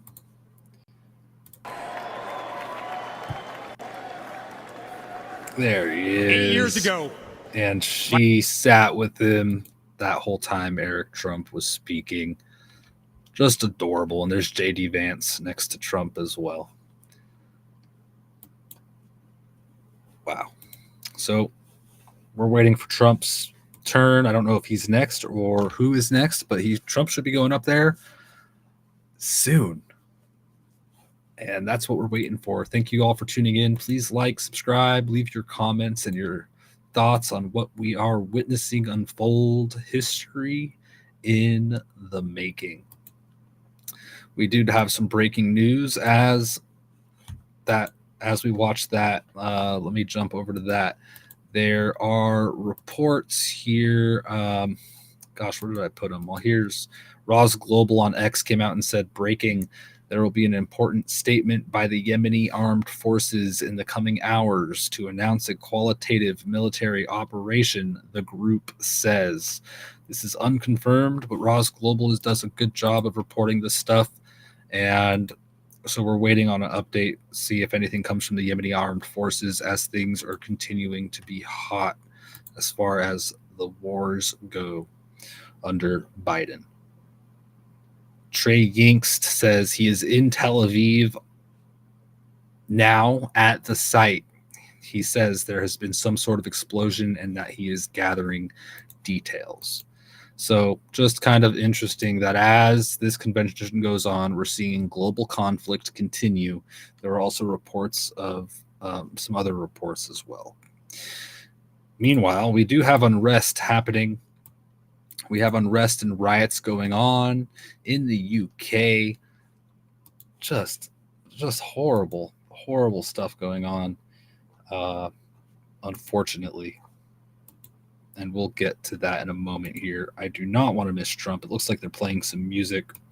That is all good, all well and good. All right, let's see here.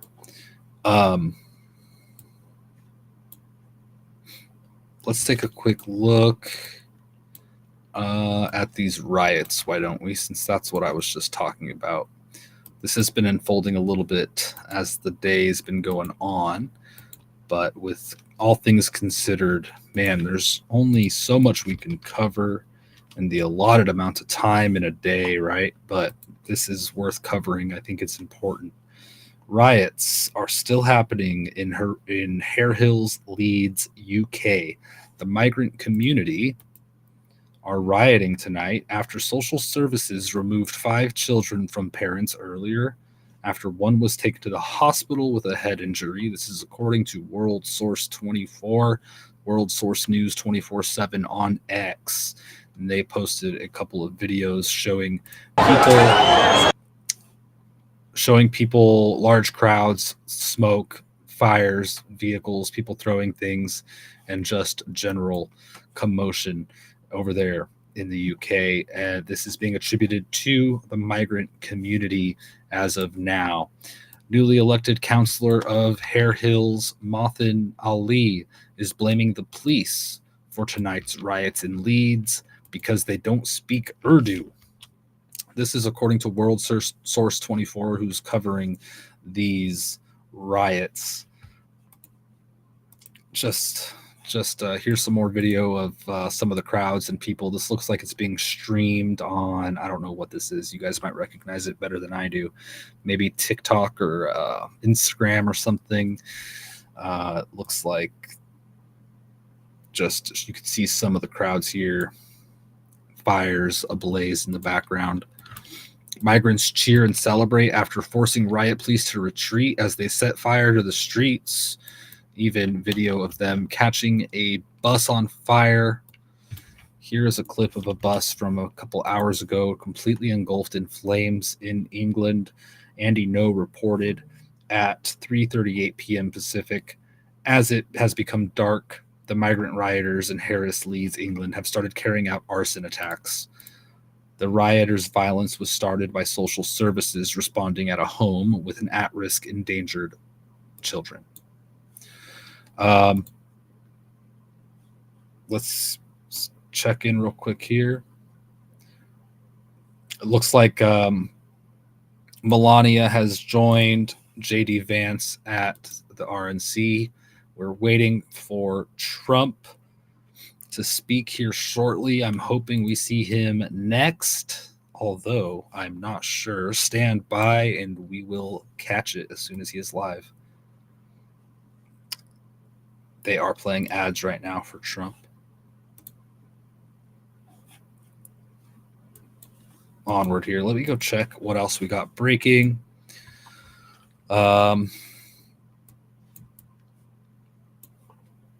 All right. We got more too on Trump's assassination attempt, latest on that, and more that we could go through.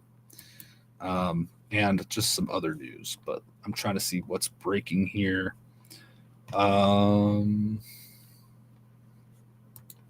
Bear with me, y'all. We are live. Thank you all for joining, by the way. Good to see you guys. Some new and familiar faces on Pilled, Rumble, and YouTube. Thank you for tuning in. Looks like we got some comments going here. Hi, Lisa. Good to see you. Hi, fam, you say. Let me make sure I'm not missing any other messages from you all. It looks like here. Cool. Okay. By the way, guys, follow me on X because tonight I will be in a space or hosting a space. You could find me on X at ReadyF4Any. Join the conversations that we have. We already have a transcript. Excerpts from Trump's RNC address. What is this? This just came out from Breaking 911. Is this legit? This is what Breaking 911 just put out. Excerpts from Trump's RNC address. As you already know, the assassin's bullet came within a quarter inch of taking my life, so many people have asked me what happened. Is he live? What is going on? He's not live yet. Why are they putting this out? Is this just a transcript of his speech that is written?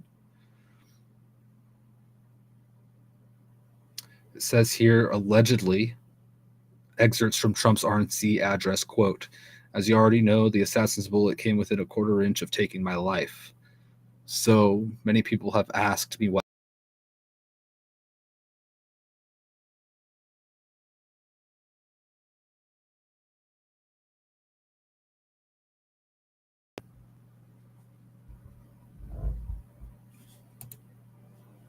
I apologize. I think I'm having a connection issue here. Testing. I apologize for that interruption, but this is an alleged transcript from Trump's speech. It says here, quote, and this was an alleged leak, I guess, from Trump's RNC address from Breaking 911. Is this legitimate? It says here an alleged excerpt or an alleged alleged excerpts from Trump's speech say this from Breaking 911, so unconfirmed. Despite such a heinous attack, we unite this evening more determined than ever.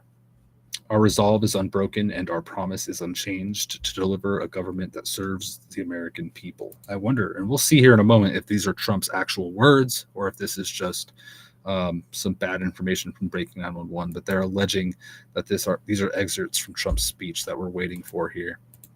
They write, quote, "Everything I have to give, with all of the energy and fight in my heart and soul, I pledge to our nation tonight. This election should be about the issues facing our country and how to make America successful, safe, free, and great again. In an age when our politics too often divide us, now is the time to remember that we are all fellow citizens.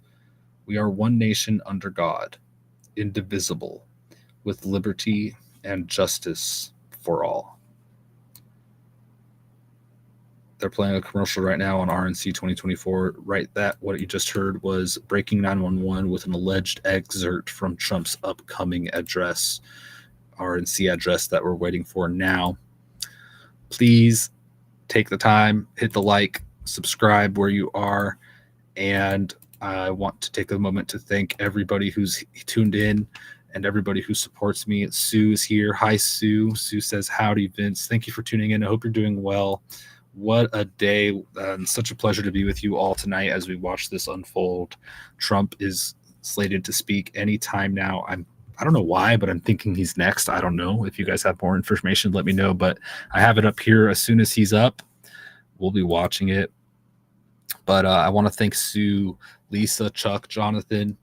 I want to thank people who are supporting me, all of those, Lucas Looks, all of my friends, family, supporters, and even the anonymous listeners. We've got Therese and Vader Lightspear.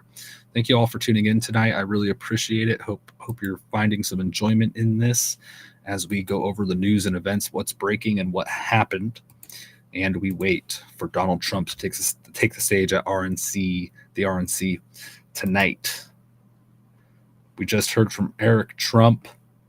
One thing that Eric Trump said is this. I suppose we shall watch the clip. Why not? He stood tall, fueled not by personal ambition, but by a profound love for this country and a love for all of you, the American people. That man is my father. That man is the 45th president and soon to be 47th president of the United States. That man is Donald J. Trump. A message from Eric Trump there, of course, as we saw Donald Trump sitting with his granddaughter and next to JD Vance. So cool. So adorable. Onward here. We also heard from Tucker, who said, Tucker said, "God is among us right now, among other things." Tucker Carlson also said, "A leader's duty is to his people, to his country, and to no other." And as Tucker went on, he said that's largely lost, and that Donald Trump is one of the few, if not the only one, who holds these ideals close. And that's just my paraphrase of what happened. Hulk Hogan. Hulk Hogan also went up and had a pretty good speech, by the way, tonight. So let's see here. Where are we at? Where's Mr. Trump? They just announced somebody. I missed that. Do you guys know who's going up next? Let me know. We'll cut to it. Oh, it's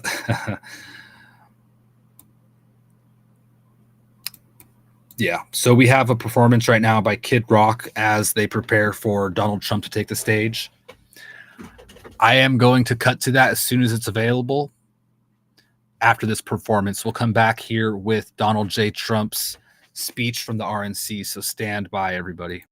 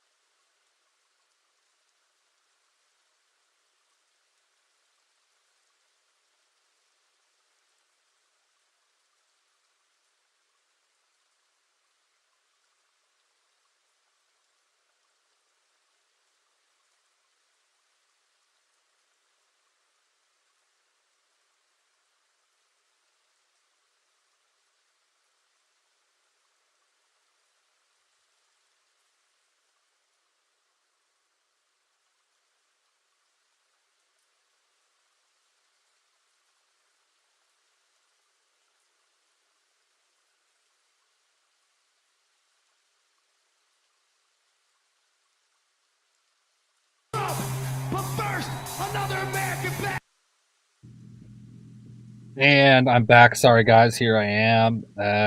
We have Trump just now being announced by Kid Rock in his music that's been modified for Donald J. Trump's acceptance of his nomination.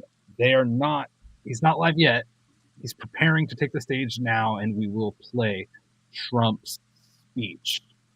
The crowd is just enjoying the show right now as we wait for Trump to take the stage. And thank you all for joining me once again. Like, subscribe, leave your comments. Let's talk about this, everything that happened today, including these speakers and more. I want to hear it. And here we go. Looks like Dana White is going to introduce him.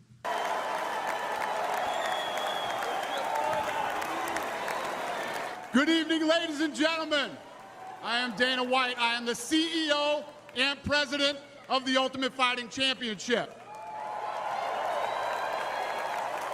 So 2 weeks ago, I got a call from President Trump asking me if I'd be willing to speak tonight.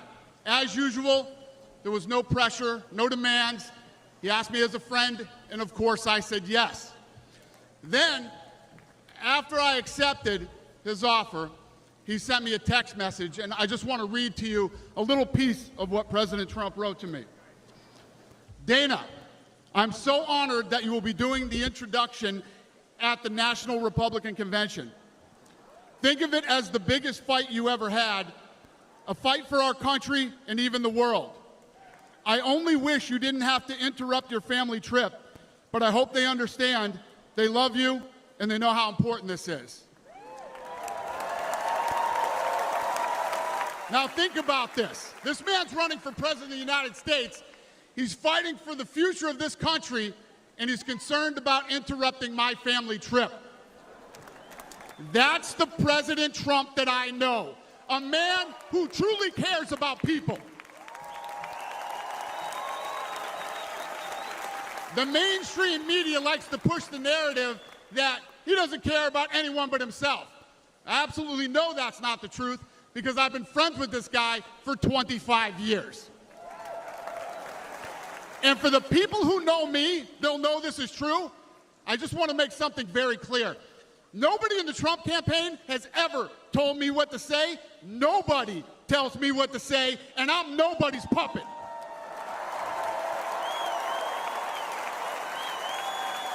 And I'm not telling you what to think. I'm telling you what I know. And I know President Trump. I know President Trump is a fighter. I've been saying this since 2015. Now look at what's happened over the last 10 years. We have all seen it with our own eyes. I'm in the tough guy business, and this man is the toughest, most resilient human being that I've ever met in my life. The higher the stakes, the harder he fights, and this guy never, ever gives up. So what's at stake here? The answer is in President Trump's text, and I quote, "A fight for our country." I know why he's running for president again. Why else would he put himself through everything he's dealt with just to get back here? We all know he doesn't need this. This guy's got a great life. He has a beautiful family, and he has achieved everything that you could possibly achieve in life. I know President Trump is literally putting his life on the line for something bigger than himself, and he's willing to risk it all because he loves this country.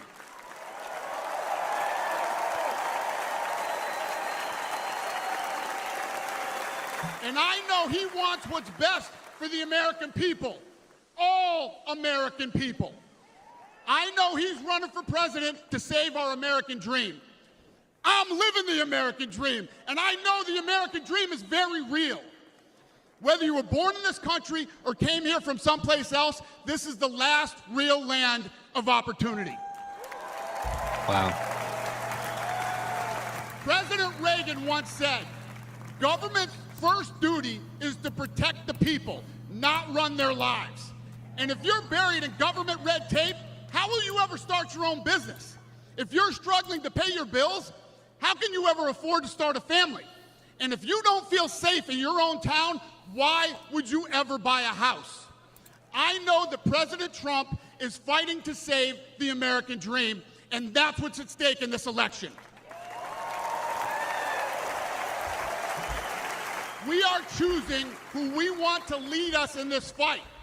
I know President Trump is a proven leader, a fearless leader, and this country was in a much better place when he was in the Oval Office. In my mind, the choice is clear. But this election, we all get to choose. I know I'm going to choose strength and security. I know I'm going to choose opportunity and prosperity. I know I'm going to choose real American leadership and a real American badass.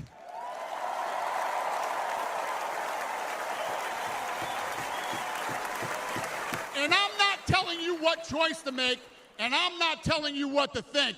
I'm telling you what I know. I know America needs a strong leader, and the world needs a strong America. I know Donald J. Trump is the best choice for President of the United States. My fellow Americans, it is my honor to introduce the 45th and soon-to-be 47th President of the United States, Donald J. Trump. There we have it, Dana White introducing Donald Trump to the stage, everybody, at the RNC 2024. Right after this introductory song, we will cut to it. Holy smokes, guys. Dana White being the one to introduce Trump. What an epic moment. We will cut back as soon as Trump takes the stage, so stand by. Please comment, like, subscribe. Thank you to everybody who's here with me, witnessing history in the making. Thank you, Winning, for thanking me and tuning in. Good to see you. I've had a lot of fun having conversations on X Spaces with you and many others. So make sure you guys give me a follow over on X. Join me in these conversations. We're going to discuss this convention. We're going to discuss politics, Trump, America. We're going to discuss everything under the sun on X whenever I have spare time. So follow me and the other people you enjoy to see stuff from, and we could keep these conversations going, as well as have organic conversations on X about everything under the sun. So it's a lot of fun. Thank you, Winning. Good to see you. Let's see here. We just got Donald J. Trump posts from his Truth Social. Here we go. What does it say here? Thank you to everyone. Oh, wait, no, I'm sorry. Here we go. From Dan Scavino Jr., senior advisor. It's just a little clip of Trump shaking Dana White's hand. Okay. Right on, though. Let me check the Truth Social account, see if anything's happened. Here we have Trump, actually. Let's cut as he prepares to take the stage. Here we go, folks. They're playing Proud to be an American. There's Trump. Wonderful. We're going to hear from him right now. So I'll shut my mouth as Trump gets ready to take the stage. Here we go. And I don't want to get in trouble for playing this beautiful song. So we'll just wait. As soon as we're there, though, we're going to hear from Donald J. Trump. Extremely excited. He's walking up. It's just a beautiful, beautiful set. And they're still playing their music. Here's their set as we get ready to hear from Donald Trump at RNC 2024 live. Thank you all for tuning in. I will cut to it as soon as he is ready to speak. And here he is. Still playing music, y'all. Bear with me. Bear with me. We'll be there soon. I can't wait to hear what he says. There was a leak of the alleged speech. It looks like Trump is singing to the crowd and clapping. Proud to be an American. It brings tears to my eyes to hear this. Here we go, everybody. Without further ado, Donald J. Trump at the RNC 2024.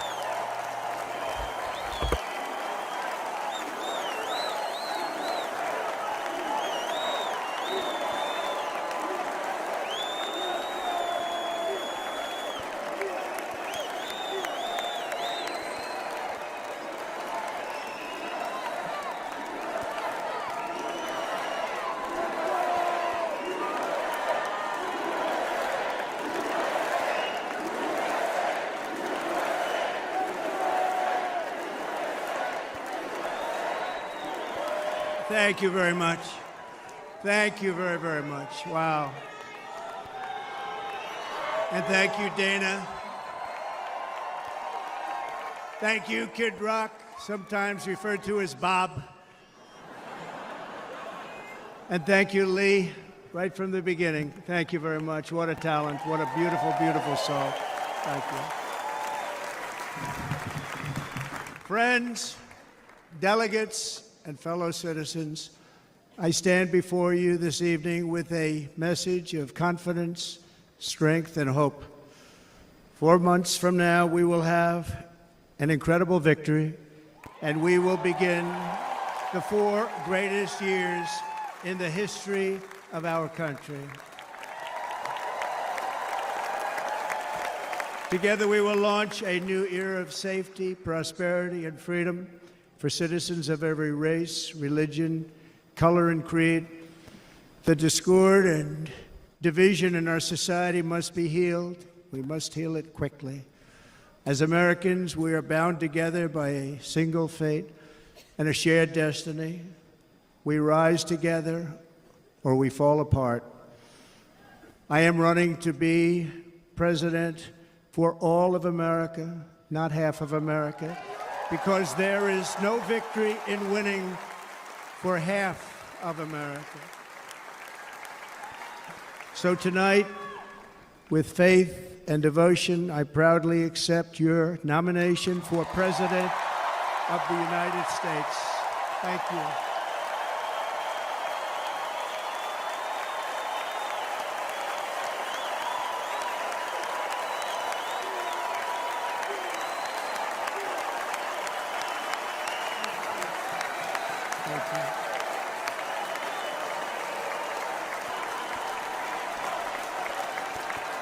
Thank you very much.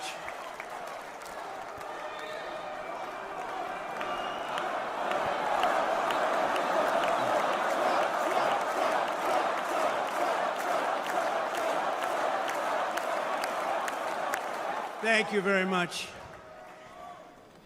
And we will do it right. Going to do it right. Let me begin this evening by expressing my gratitude to the American people for your outpouring of love and support following the assassination attempt at my rally on Saturday.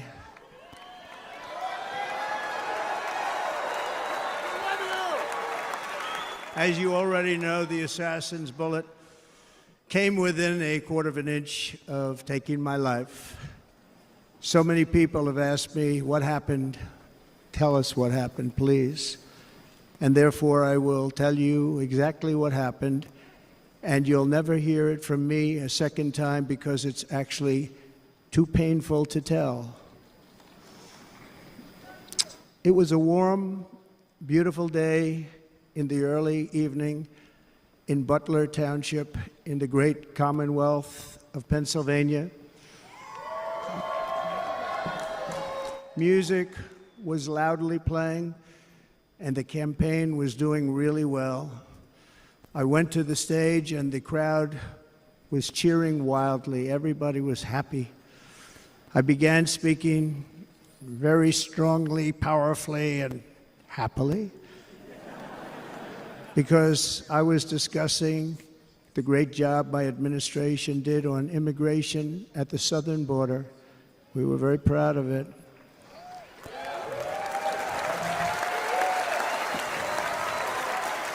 Behind me and to the right was a large screen that was displaying a chart of border crossings under my leadership. The numbers were absolutely amazing. In order to see the chart, I started to, like this, turn to my right and was ready to begin a little bit further turn, which I'm very lucky I didn't do, when I heard a loud whizzing sound and felt something hit me really, really hard on my right ear. I said to myself, wow, what was that? It can only be a bullet. and moved my right hand to my ear, brought it down. My hand was covered with blood, just absolutely blood all over the place. I immediately knew it was very serious, that we were under attack, and in one movement proceeded to drop to the ground. Bullets were continuing to fly as very brave Secret Service agents rushed to the stage, and they really did. They rushed to the stage.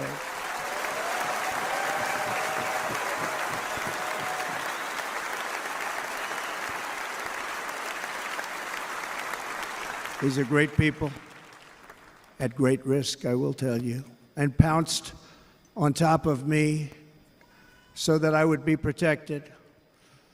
There was blood pouring everywhere, and yet, in a certain way, I felt very safe because I had God on my side.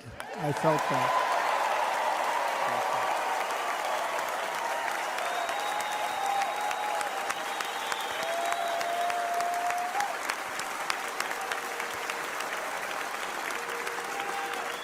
The amazing thing is that prior to the shot, if I had not moved my head at that very last instant, the assassin's bullet would have perfectly hit its mark, and I would not be here tonight. We would not be together. The most incredible aspect of what took place on that terrible evening in the fading sun was actually seen later. In almost all cases, as you probably know, and when even a single bullet is fired, just a single bullet, and we had many bullets that were being fired, crowds run for the exits or stampede, but not in this case. It's very unusual.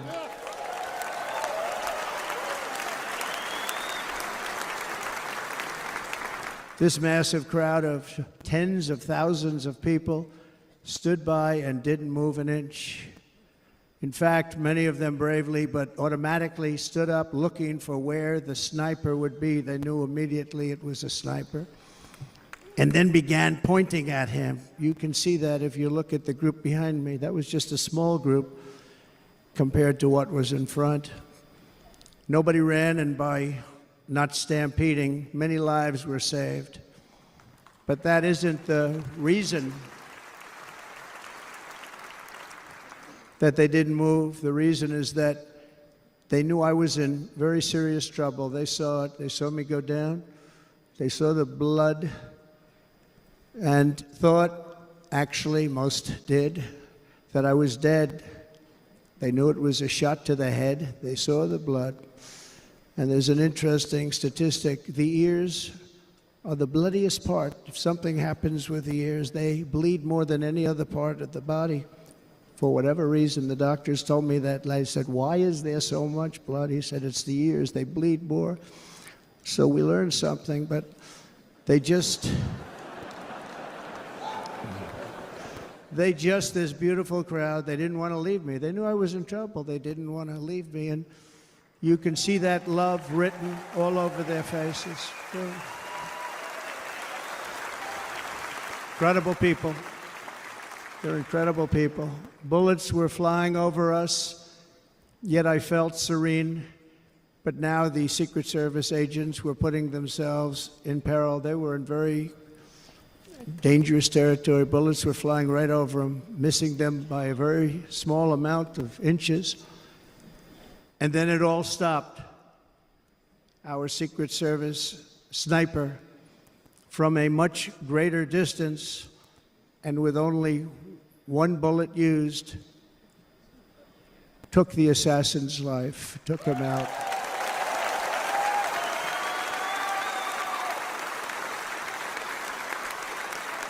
I'm not supposed to be here tonight. Not supposed to be here.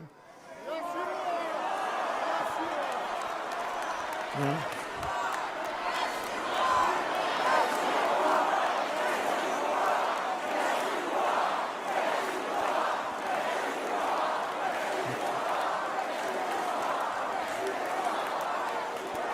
Thank you.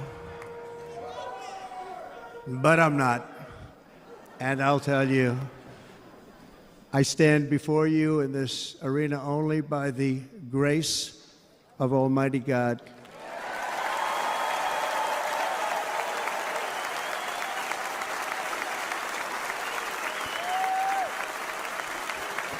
In watching the reports over the last few days, many people say it was a providential moment.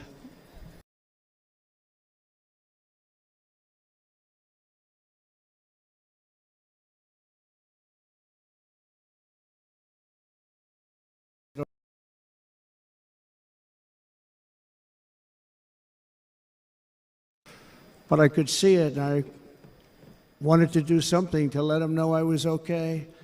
I raised my right arm, looked at the thousands and thousands of people that were breathlessly waiting, and started shouting, "Fight, fight, fight."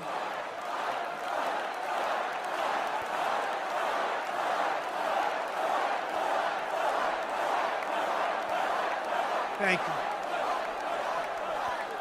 Once my clenched fist went up, and it was high into the air. You've all seen that. The crowd realized I was okay and roared with pride for our country like no crowd I have ever heard before.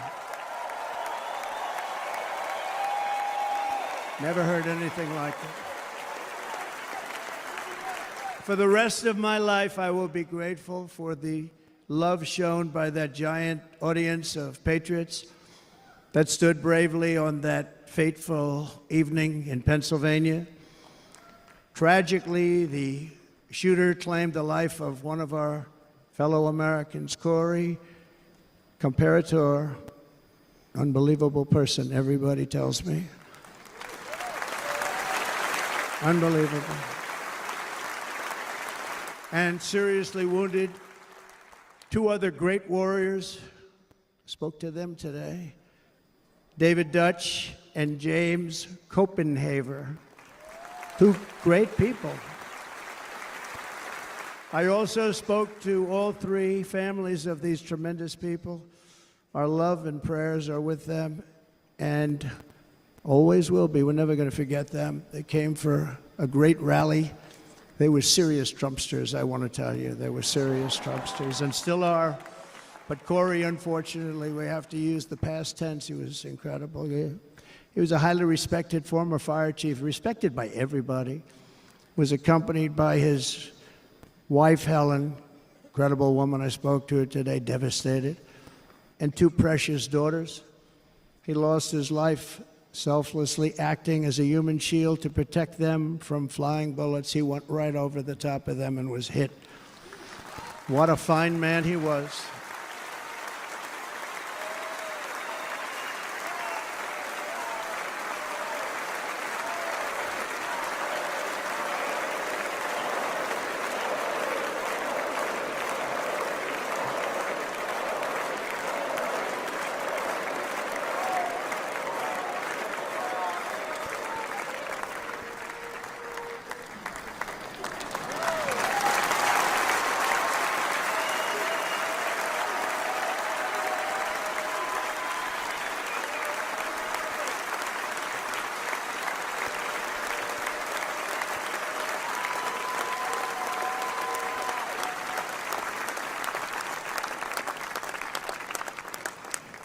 I want to thank the fire department and the family for sending his helmet, his outfit, and it was just something, and they're going to do something very special when they get it. But we did something which cannot match what happened, not even close. But I am very proud to say that over the past few days, we've raised $6.3 million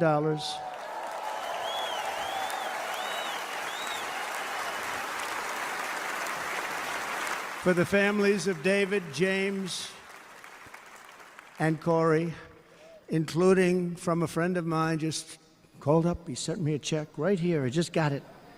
$1 million from Dan Newland. Thank you, Dan. And again, when speaking to the family, I told them, I said, well, I'm going to be sending you a lot of money, but it can't compensate. They all said the same thing. You're right, sir. We appreciate so much what you're doing, but nothing can take the place in the case of Corey. And the other two, by the way, they were very, very seriously injured, but now they're doing very well. They're going to be okay. They're going to be doing very well.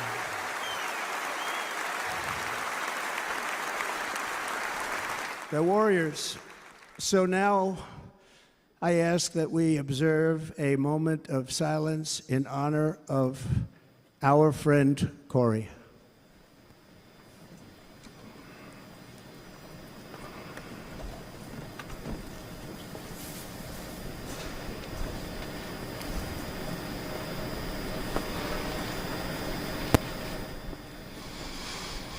There is no greater love than to lay down one's life for others. This is the spirit that forged America in her darkest hours, and this is the love that will lead America back to the summit of human achievement and greatness. This is what we need. Despite such a heinous attack, we unite this evening more determined than ever. I am more determined than ever, and so are you. So is everybody in this room.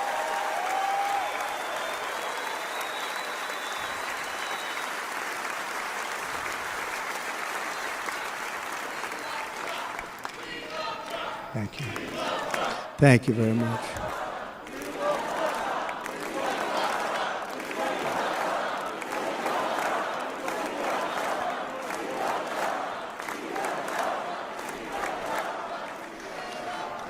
Our resolve is unbroken and our purpose is unchanged to deliver a government that serves the American people better than ever before.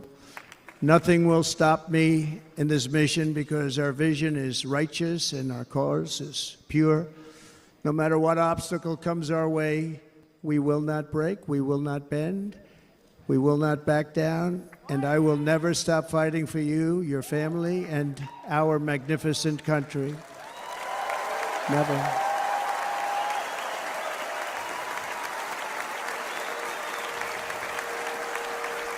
And everything I have to give with all of the energy and fight in my heart and soul, I pledge to our nation tonight. Thank you very much. I pledge that to our nation. We're going to turn our nation around, and we're going to do it very quickly. Thank you.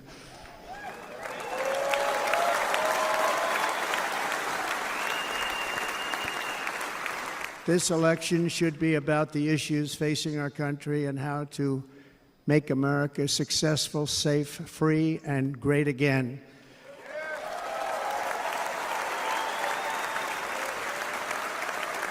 In an age when our politics too often divide us, now is the time to remember that we are all fellow citizens. We are one nation under God, indivisible, with liberty and justice for all.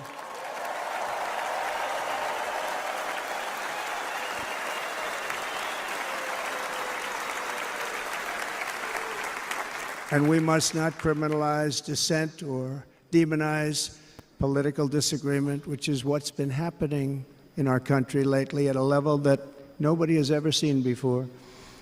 In that spirit, the Democrat Party should immediately stop weaponizing the justice system and labeling their political opponent as an enemy of democracy. Especially since that is not true. In fact, I am the one saving democracy for the people of our country.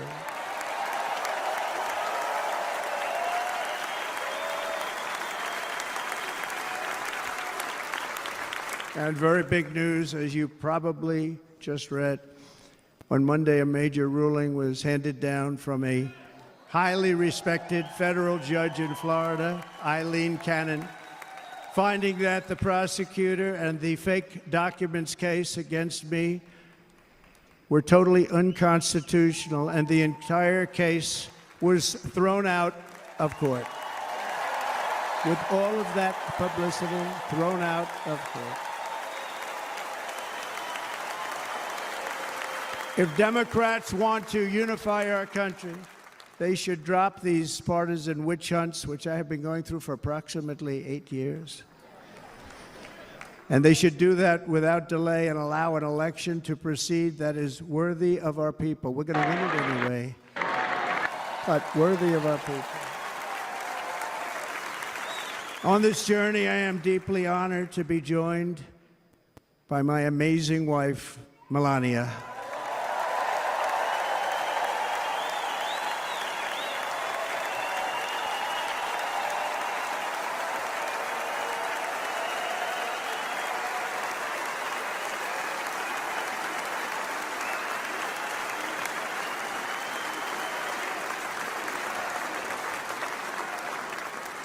And Melania, thank you very much. You also did something really beautiful, a letter to America calling for national unity, and it really took the Republican Party by surprise. I will tell you, it was beautiful. In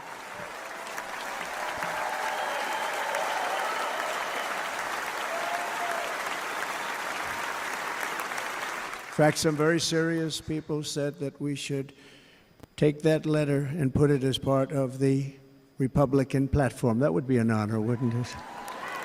Right, Mr. Congressman?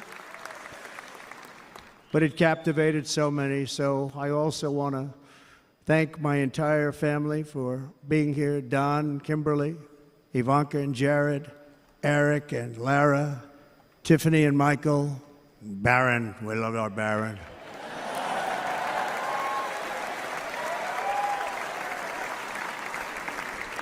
And of course, my 10 wonderful grandchildren. You saw a few of them up there on my lap before.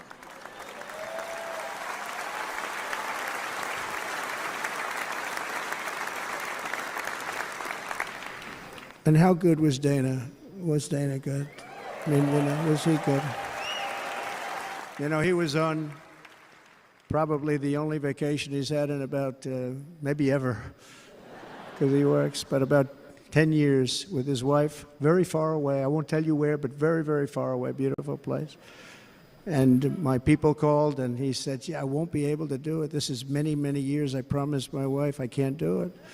And they came in, they said, Dana won't be able to do it, because he was my first, second, and third choice. I said, well, that's too bad, but I understand he's away, and it's good. It's good for him.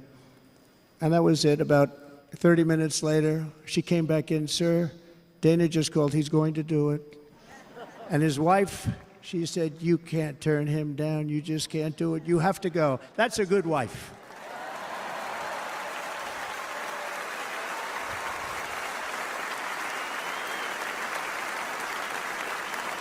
So he got on a plane, he got here a little while ago, now he's going to get on the plane in a little while and he's going to go back home to his wife. But they're great, and I just want to thank her and him and their whole family, because that's not easy. And Kid Rock, same thing. Called, he said, I want to be a part of it. I want to be a part, because, Kid does his great song, Big, Big Monster song. I had no idea. He became a friend of mine over the last 10 years. And he's amazing. Everyone loves him. I didn't even know how big he was. He has rallies, 35, 40,000 people he gets every time he goes out. I think he's making so much money, he doesn't know what the hell to do with it. You want to know? And then we have my other friend, and I've known him so long, and we took that song, and it was a big success, but we made that. I saw a chart of great songs to America. That was #1 on the chart recently, #1. So that's Lee Greenwood, a very special, beautiful person. He's a beautiful man. But they all wanted to be here. They called. And how about the Hulkster? How good was he? Is he up? Where is he? Boy, oh boy.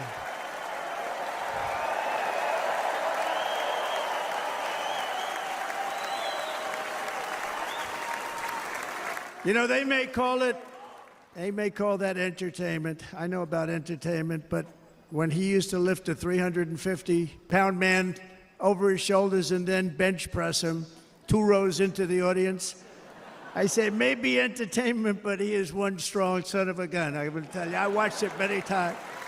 There aren't a lot of entertainers that can do that, right? You were fantastic. Thank you very much. Followed by Eric. What was that all about? Boy, that was good. I didn't want to really come up here. But he was so great, and he's such a good young man. He went through a lot of trouble, and Don last night was incredible. They went through so much trouble. They got subpoenaed more than any people probably in the history of the United States. Every week they get another subpoena from the Democrats, crazy Nancy Pelosi, the whole thing, just boom, boom, boom.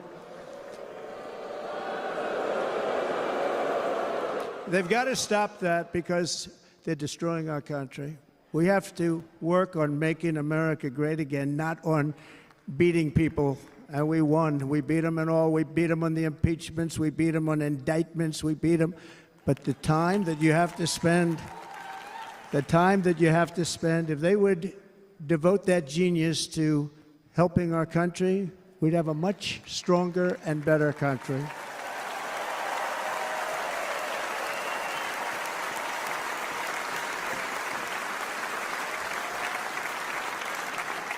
And Jason, the biggest star in country music. Jason, thank you for being here. Jason, thank you very much. Jason Aldean, he's good. I like his wife even better, by the way. She's here. Thank you, Jason. But I'm thrilled to have a new friend and partner fighting by my side. The next Vice President of the United States, the current Senator from Ohio, J.D. Vance, and his incredible wife, Usha.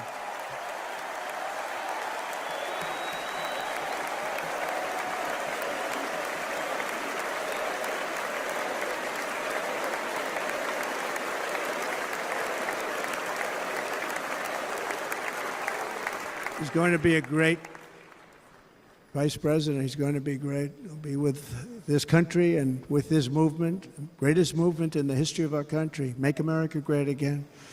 When they criticize it, they say, we're going to try and stop MAGA. I said, MAGA is Make America Great Again. What are you going to stop? There's nothing to stop.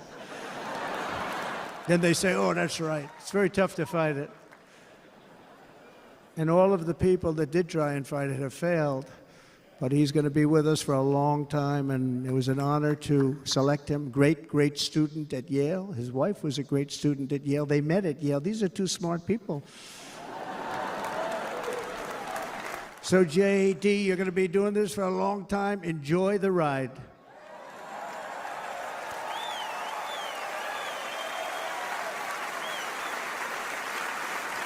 And a very special thank you to the extraordinary people of Milwaukee and the great state of...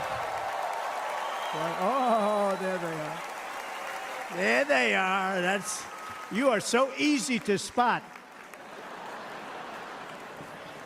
And Green Bay's going to have a good team this year, right? They're going to have a good team. They're going to have a good team.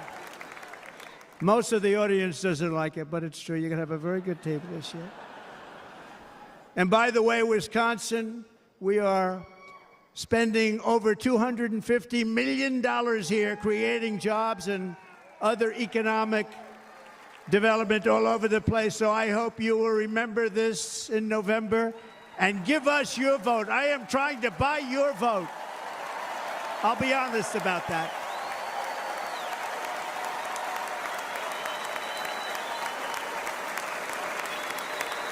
And I promise we will make Wisconsin great again. We're going to make it so.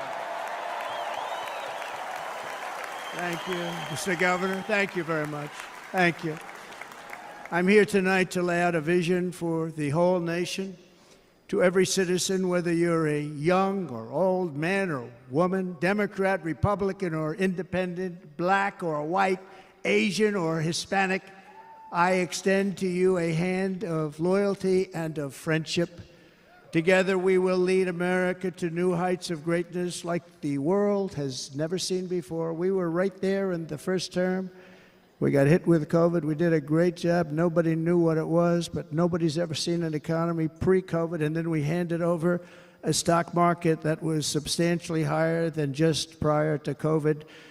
Coming in, did a great job. Never got credit for that. We got credit for the war and defeating ISIS and so many things, the great economy, the biggest tax cuts ever, the biggest regulation cuts ever, the creation of Space Force, the rebuilding of our military. We did so much.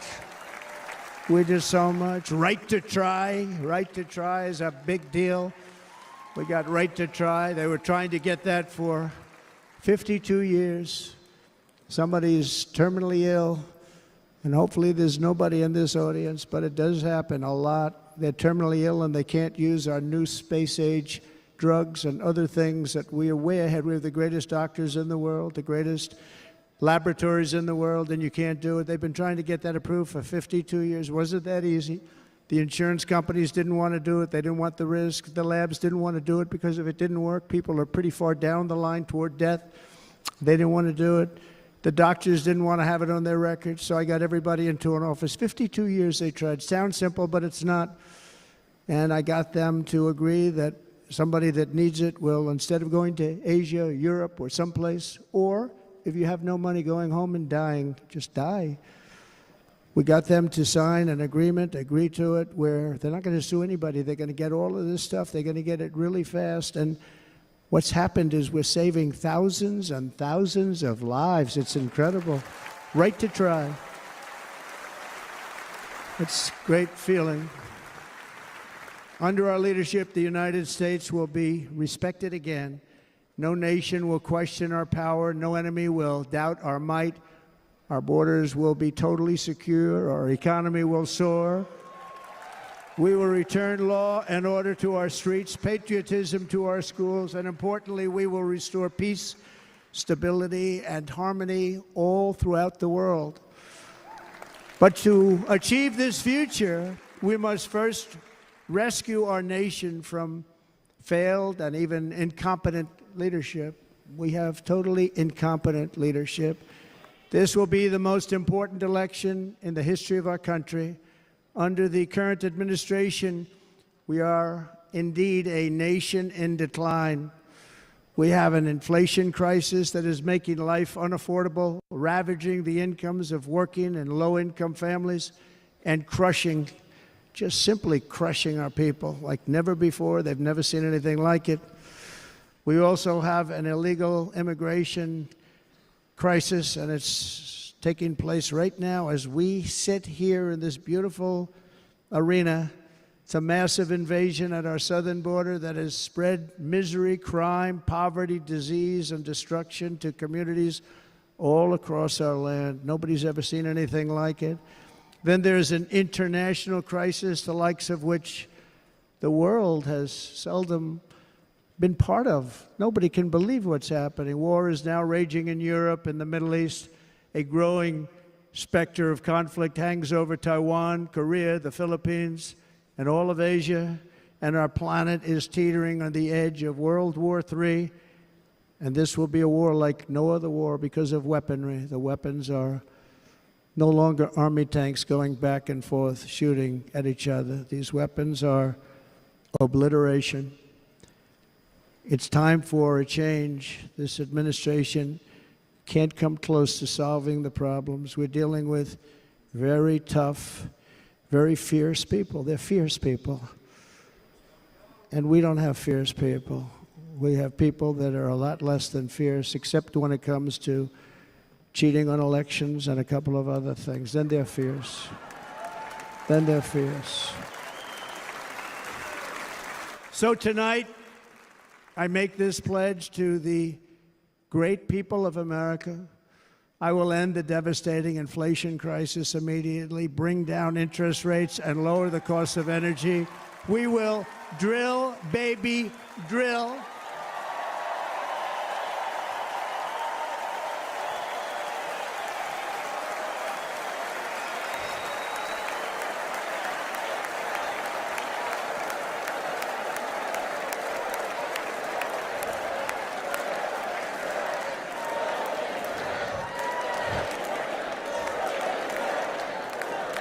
Can you believe what they're doing?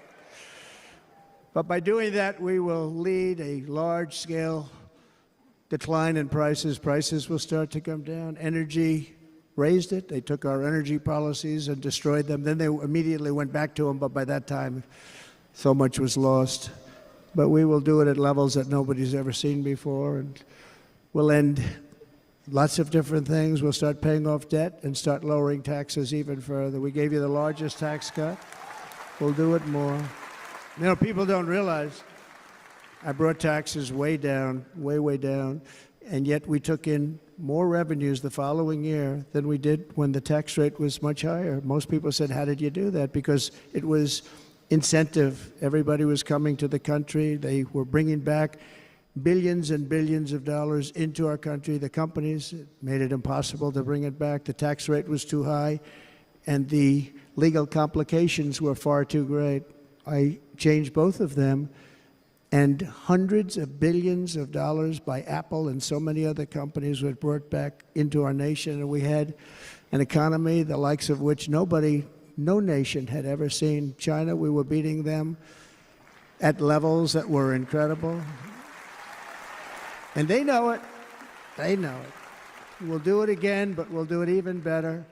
I will end the illegal immigration crisis by closing our border and finishing the wall, most of which I've already built.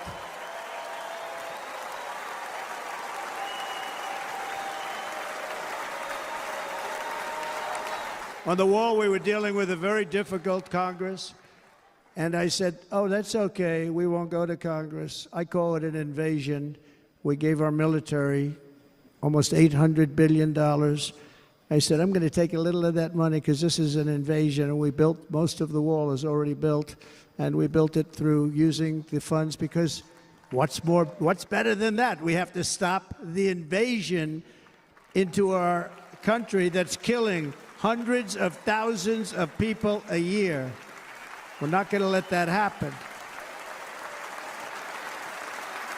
I will end every single international crisis that the current administration has created, including the horrible war with Russia and Ukraine, which would have never happened if I was president, and the war caused by the attack on Israel, which would have never happened if I was president. Iran was broke. Iran had no money. Now Iran has $250 billion. They made it all over the last 2.5 years. They were broke. I watched the other day on a show called Deface the Nation. Has anyone seen it? And they had a congressman who was a Democrat say, well, whether you like him or not, Iran was broke dealing with Trump. I told China and other countries, if you buy from Iran, we will not let you do any business in this country, and we will put tariffs on every product you do send in of 100% or more. And they said to me, well, I think that's about it. They weren't going to buy any oil. And they were ready to make a deal. Iran was going to make a deal with us. And then we had that horrible, horrible result that we'll never let happen again. The election result, we're never going to let that happen again. They used COVID to cheat. We're never going to let it happen again. And they took off all the sanctions, and they did everything possible for Iran.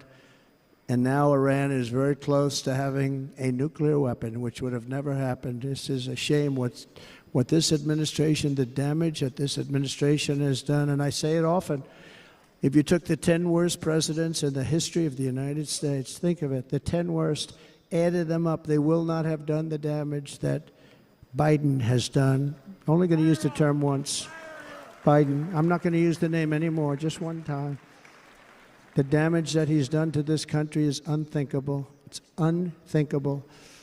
Together we will restore vision, strength, competence, and we're going to have a thing called common sense making most of our decisions, actually. It's all common sense.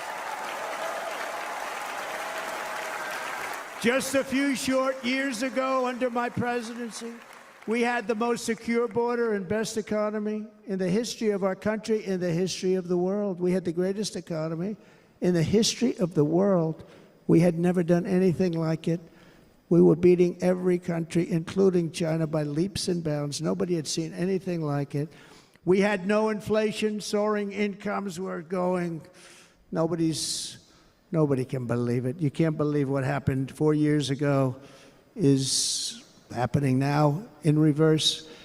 And the world was at peace. Inflation has been a killer for our country. No matter what you make it doesn't matter because inflation is eating you alive. People that were putting away money, they were making great wages, the highest they've ever made, but they were putting away a lot of money. Now they are just being destroyed. They're not putting away anything. They're barely living. They're going into savings accounts. They're taking out their money to live because of inflation. Inflation, remember, it's called a country buster. You can go back to Germany from 100 years ago. You can go back to any country that suffered great inflation. We've suffered the worst inflation we've ever had. But go back and see what's happened to those countries. We've had the worst inflation we've ever had under this person. But in less than 4 years, our opponents have turned incredible success into unparalleled tragedy and failure. It's been a tremendous failure.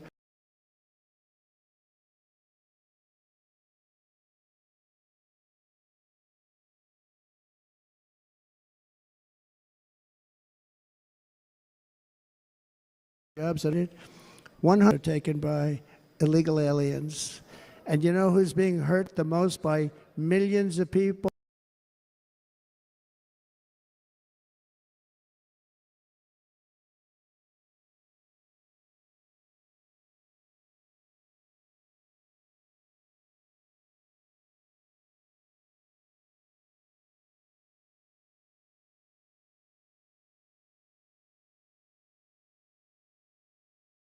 Sorry about that, folks. We'll get right back to Trump's speech here.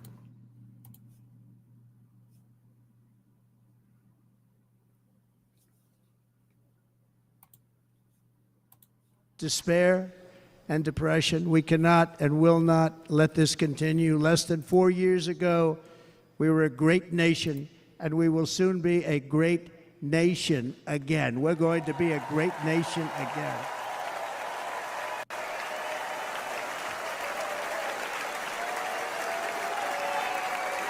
Thank you. With proper leadership, every disaster we are now enduring will be fixed, and it will be fixed very, very quickly. So tonight, whether you've supported me in the past or not, I hope you will support me in the future, because I will bring back the American dream. That's what we're going to do. You don't even hear about the American dream anymore. With great humility, I am asking you to be excited about the future of our country. Be excited. Be excited.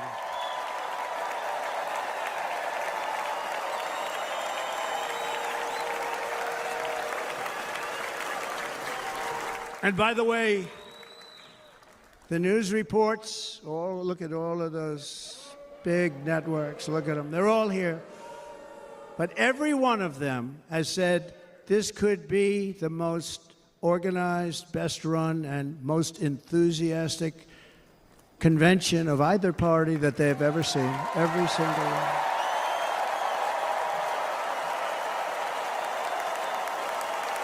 And it's true. It's true. And there's love in the room. There's great love in the room.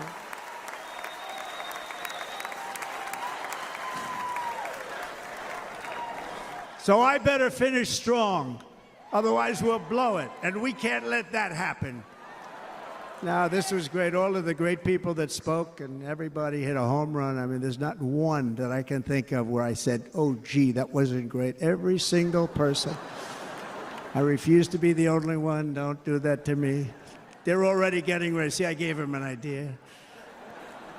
Now, this was a great convention. This was, I think we're actually going to go home and miss it. You know, usually with a first of all, look at these crowds. You'd never have this at a convention. Look at these crowds.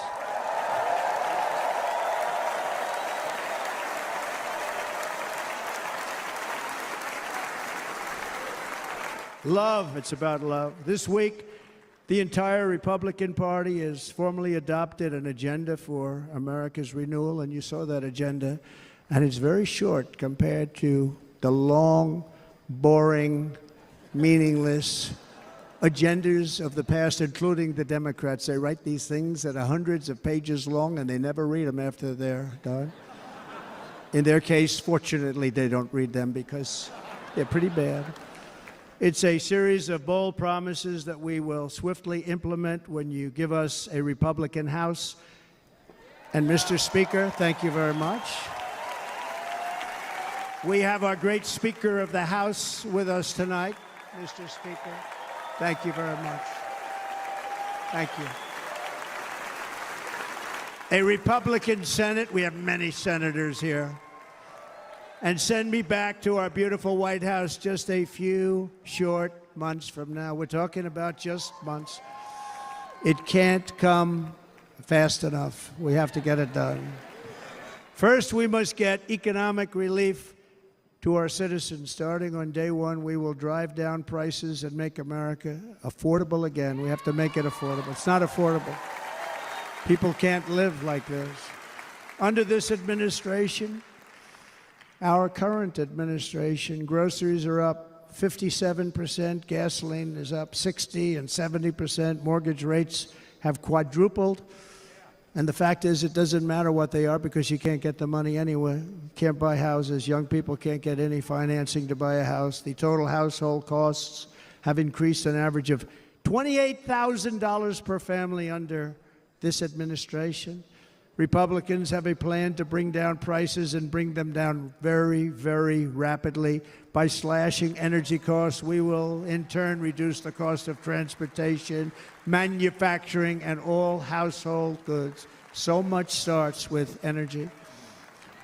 And remember, we have more liquid gold under our feet than any other country by far. We are a nation that has the opportunity to make an absolute fortune with its energy. We have it, and China doesn't.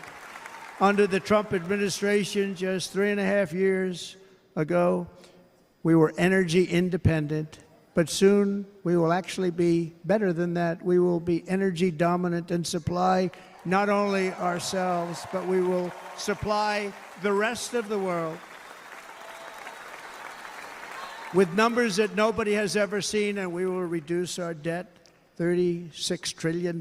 We will start reducing that, and we will also reduce your taxes still further. Next, and by the way, they want to raise your taxes 4 times, think of it. And all my life I grew up watching politicians. I always loved politics, I guess. I was on the other side. I'd watch and they were always talking about, we will give you a tax cut. We will give you a tax cut. My whole life I was watching, I will give you a tax cut, right, Mr. Congressman? That's all they talked about. This is the only administration that said, we're going to raise your taxes by 4 times what you're paying now, and people are supposed to vote for them? I've never heard it. You're paying too much. We're going to reduce your taxes still further. We gave you the biggest one, as I said. We're going to give you more, and it's going to lead to tremendous growth. We want growth in our country. That's what's going to pay off our debt.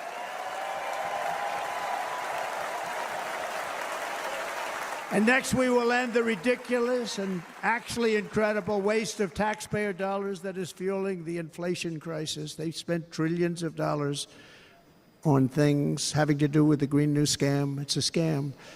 And that's caused tremendous inflationary pressures in addition to the cost of energy. And all of the trillions of dollars that are sitting there not yet spent, we will redirect that money for important projects like roads, bridges, dams, and we will not allow it to be spent on meaningless Green New Scam ideas.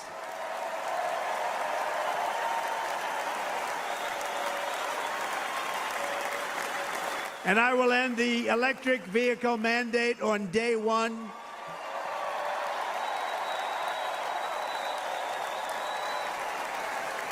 Thereby saving the U.S. auto industry from complete obliteration, which is happening right now, and saving U.S. customers thousands and thousands of dollars per car. And right now, as we speak, large factories just started are being built across the border in Mexico. So with all the other things happening on our border, and they're being built by China to make cars and to sell them into our country. No tax, no anything. The United Auto Workers ought to be ashamed for allowing this to happen. And the leader of the United Auto Workers should be fired immediately. And every single auto worker, union and non-union, should be voting for Donald Trump, because we're going to bring back car manufacturing, and we're going to bring it back fast.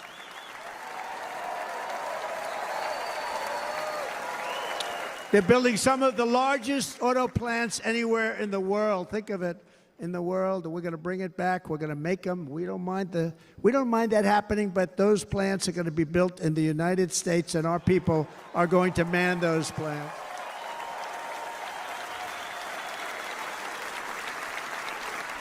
And if they don't agree with us, we'll put a tariff of approximately 100 to 200% on each car, and they will be unsellable in the United States.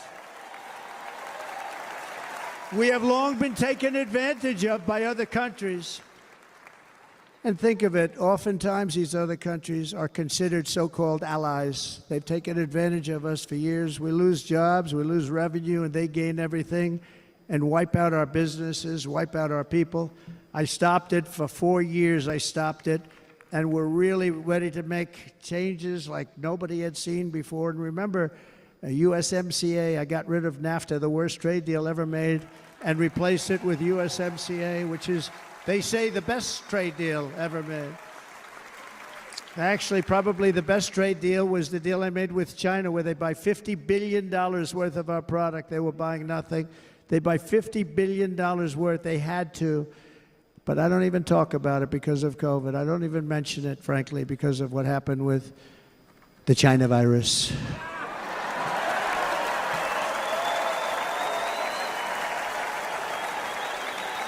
We will not let countries come in, take our jobs, and plunder our nation. They come and do that. They plunder our nation. The way they will sell their product in America is to build it in America. Very simple. Build it in America and only in America.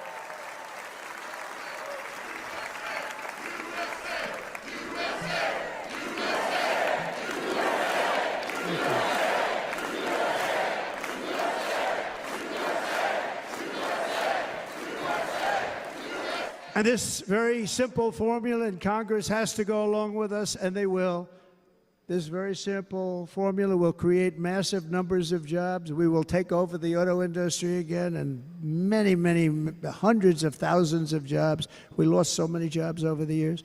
If you go back 20, 25 years, they've stolen, going to China and Mexico, about 68% of our auto industry manufacturing jobs. We're going to get them all back. We're going to get them all back, every one of them. At the center of our plan for economic relief are massive tax cuts for workers that include something else that's turned out to be very popular, actually. Here it's very popular in this building and all those hotels that I saw that are so nice. I'm staying in a nice one. It's called no tax on tips. No tax on tips. No tax on tips.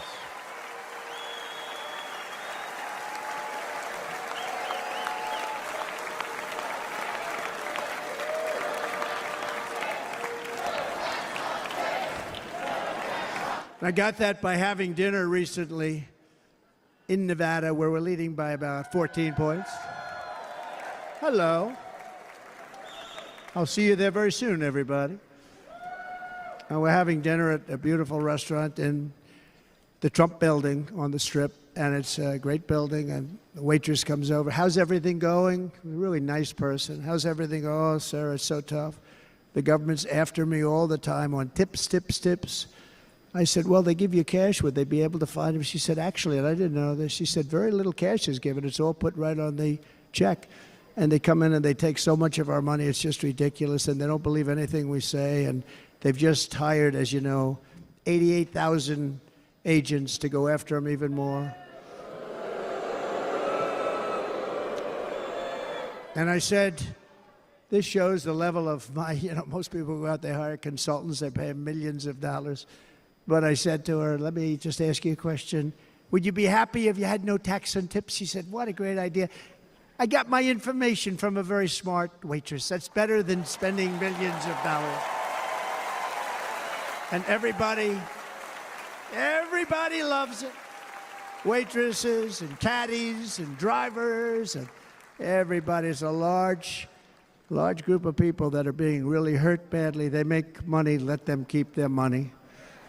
I'm going to protect Social Security and Medicare. Democrats are going to destroy Social Security and Medicare because all of these people, by the millions they're coming in, they're going to be on Social Security and Medicare and other things, and you're not able to afford it. They are destroying your Social Security and your Medicare. Under my plan, incomes will skyrocket, inflation will vanish completely, jobs will come roaring back, and the middle class will prosper like never, ever before, and we're going to do it very rapidly.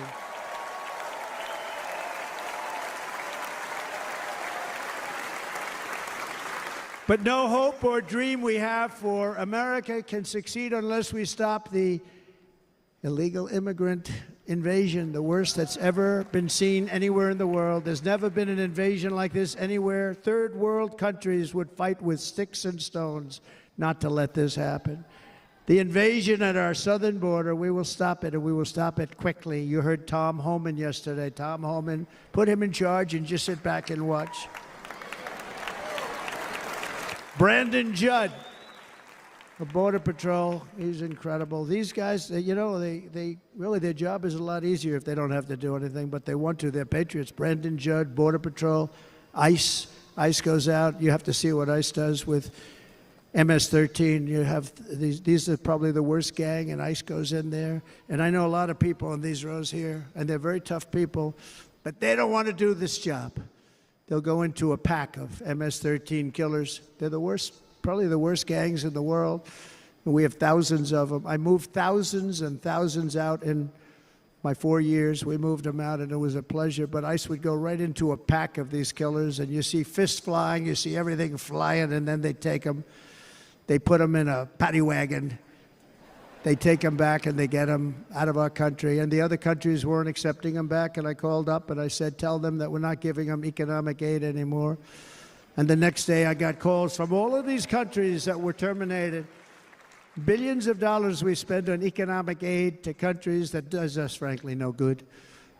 And the next day, I was called by everybody. I couldn't take all the calls. Sir, what's the problem? I said, you won't take your killers back that you sent in caravans into America. You won't take them back. Well, sir, if you'd like us to, we would give very serious consideration to doing that. And within 24 hours, they were being taken back. For years and years, when I first came in, they said President Obama tried to get him to go back, and they wouldn't accept him. They'd put planes on the runway so you couldn't leave the plane. They'd close the road so you couldn't take the buses. They'd all have to turn back. As soon as I said no more economic aid of any kind to any country that does that, they called back and they said, sir, it would be our great honor to take MS-13. We love them very much. We love them very much, sir. We'll take them back. At the heart of the Republican platform is our pledge to end this border nightmare and fully restore the sacred and sovereign borders of the United States of America, and we're going to do that on day one.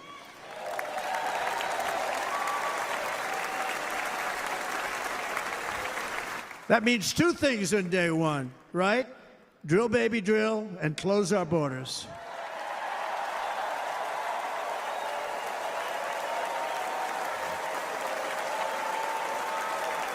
And by the way, and I think everybody as a Republican, as a patriot in this room, and most Democrats, we want people to come into our country, but they have to come into our country legally.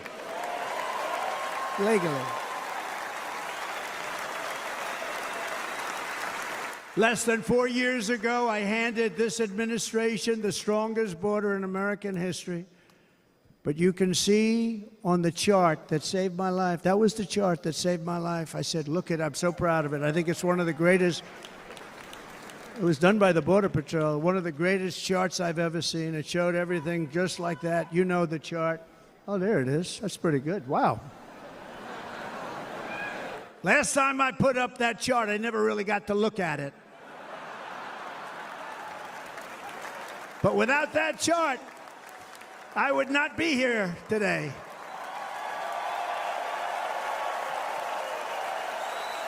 Never got to look at it.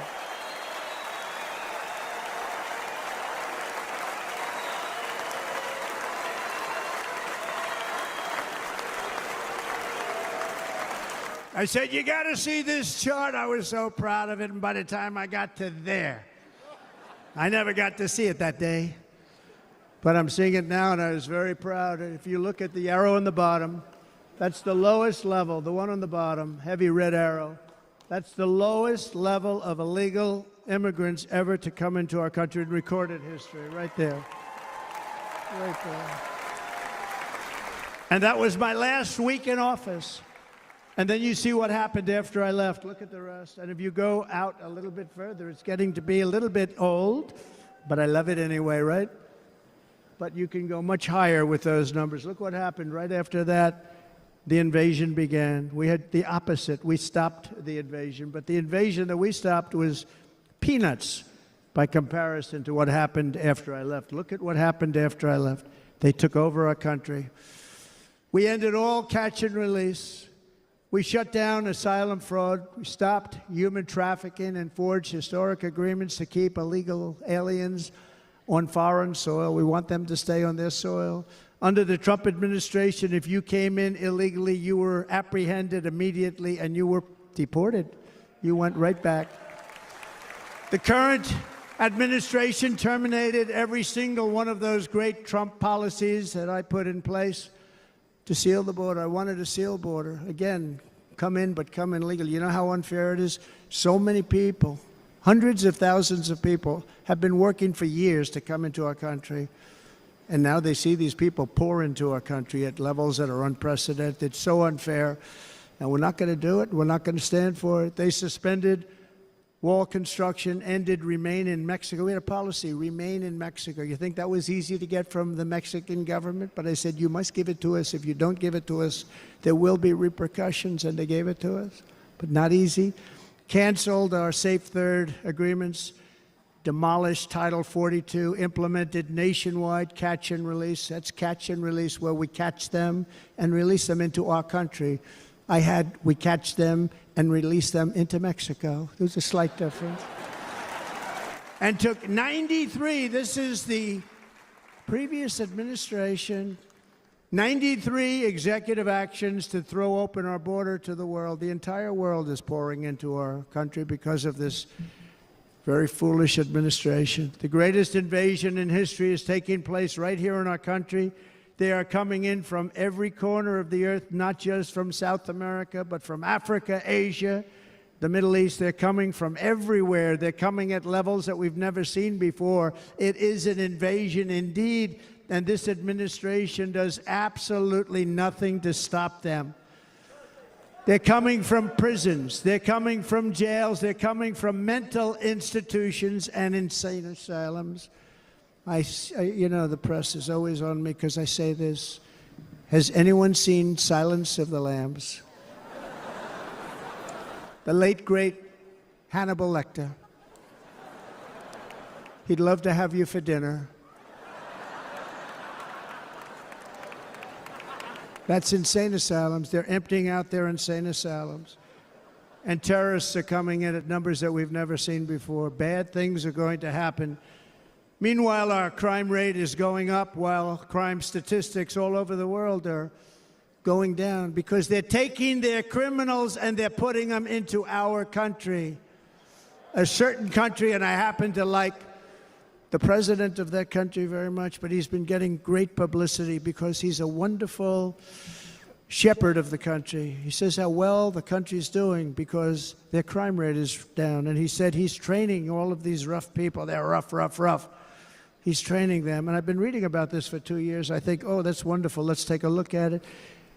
But then I realized he's not training them. He's sending all of his criminals, his drug dealers, his people that are in jails, he's sending them all to the United States. And he's different in that he doesn't say that. He's trying to convince everybody what a wonderful job he does in running the country. Well, he doesn't do a wonderful job.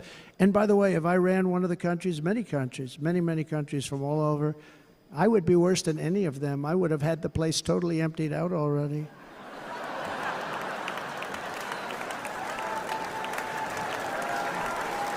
But we become a dumping ground for the rest of the world, which is laughing at us. They think we're stupid. And they can't believe that they're getting away with what they're getting away with, but they're not going to be getting away with it for long. That's what I can tell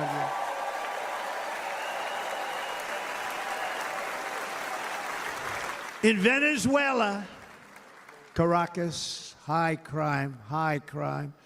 Caracas, Venezuela, really a dangerous place, but not anymore. Because in Venezuela, crime is down 72%. In fact, if they would ever win this election, I hate to even say that, we will have our next Republican convention in Venezuela because it will be safe. Our cities will be so unsafe, we won't be able. We will not be able to have it there. In El Salvador, murders are down by 70%. Why are they down? Now, he would have you convinced that because he's trained murderers to be wonderful people. No. They're down because they're sending their murderers to the United States of America. This is going to be very bad. And bad things are going to happen, and you're seeing it happen all the time. That's why, to keep our families safe, the Republican platform promises to launch the largest deportation operation in the history of our country. Even larger than that of President Dwight D. Eisenhower from many years ago. You know, he was a moderate, but he believed very strongly in borders. He had the largest deportation operation we've ever had. Just recently, I spoke to the grieving mother of Jocelyn Nungary, a wonderful woman, a precious 12-year-old girl from Houston who last month was tied up, assaulted, and strangled to death after walking to the convenience store just a block away from her house. Her body was dumped near the side of the road in a shallow creek, found by some onlookers who couldn't believe what they had witnessed.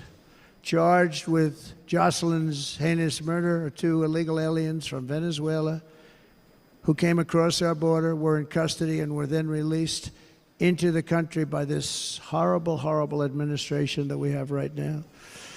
I also met recently with the heartbroken mother and sister of Rachel Morin.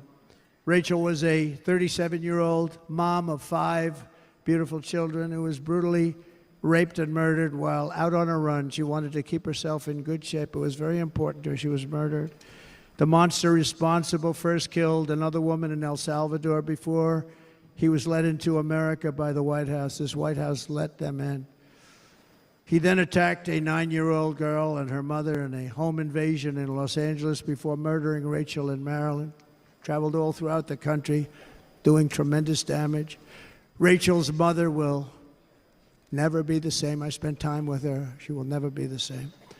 I've also met with the wonderful family of Laken Riley, the brilliant 22-year-old nursing student. She was so proud of being first in her class, who was out for a jog on the campus of the University of Georgia when she was assaulted, beaten, and horrifically killed.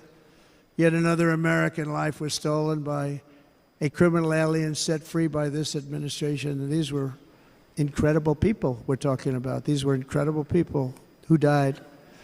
Tonight, America, this is my vow. I will not let these killers and criminals into our country.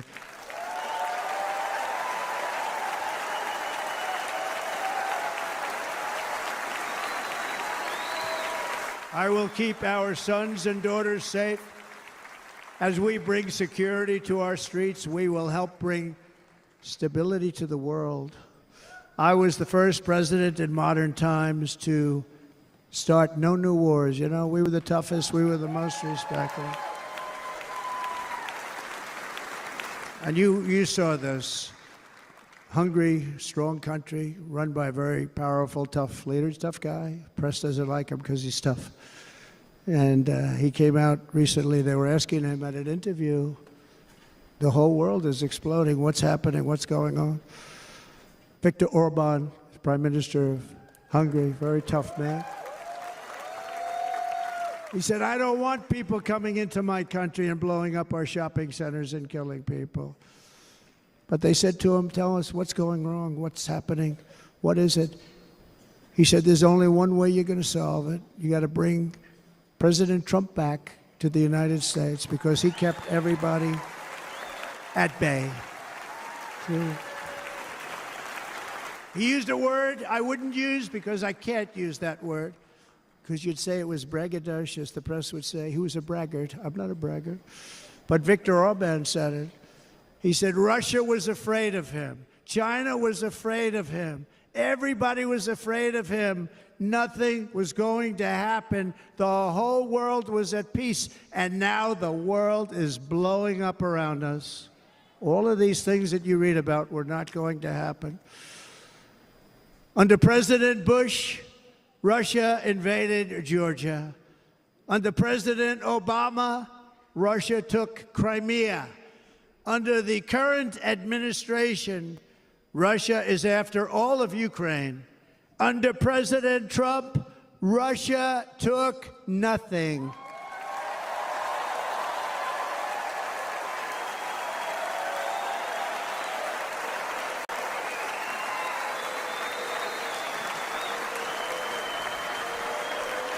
We defeated 100% of ISIS in Syria and Iraq, something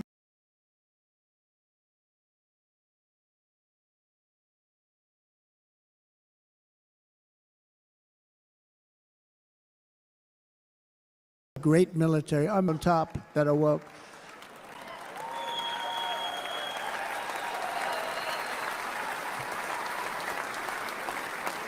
I got along very well. North Korea, Kim Jong-un, I got along very well with him. The press hated when I said that. How could you get along with him? Well, you know, it's nice to get along with somebody who has a lot of nuclear weapons or otherwise, isn't it? See, in the old days, they'd say, that's a wonderful thing. Now they say, how could you possibly do that? But no, I got along with him, and we stopped the missile launches from North Korea. Now North Korea is acting up again, but when we get back, I get along with him. He'd like to see me back, too. I think he misses me, if you want to know the truth. Our opponents inherited a world at peace and turned it into a planet of war. We're in a planet of war. Look at that attack on Israel. Look at what's happening with Ukraine. The cities are just bombed out. How can people live like that where buildings, massive buildings, are falling to the ground? It began to unravel with the disastrous withdrawal from Afghanistan, the worst humiliation in the history of our country. We have never had a humiliation like that. 13 heroic U.S. service members were tragically and needlessly killed. 45 others were horrifically wounded. Nobody ever talks about them. No arms, no legs, face explosions, horrifically wounded. And by the way, we have a man in this room who's running for the U.S. Senate from a great state, Nevada, named Sam Brown, who paid the ultimate price. Thank you, Sam. Thank you, Sam. Thank you. He paid the biggest price probably ever paid by anybody that is running for office, and I think he's going to do great. He's running against a person that is not good, not respected, a total lightweight. But Sam, I think, paid, really, we were talking about it with some of the senators that are working so hard for Sam, but he paid the biggest price of any senator ever to run for the Senate. I don't think anybody's ever what he did. He was a real hero, a really great person. And he's running, and I hope that everybody gets out and votes for Sam Brown.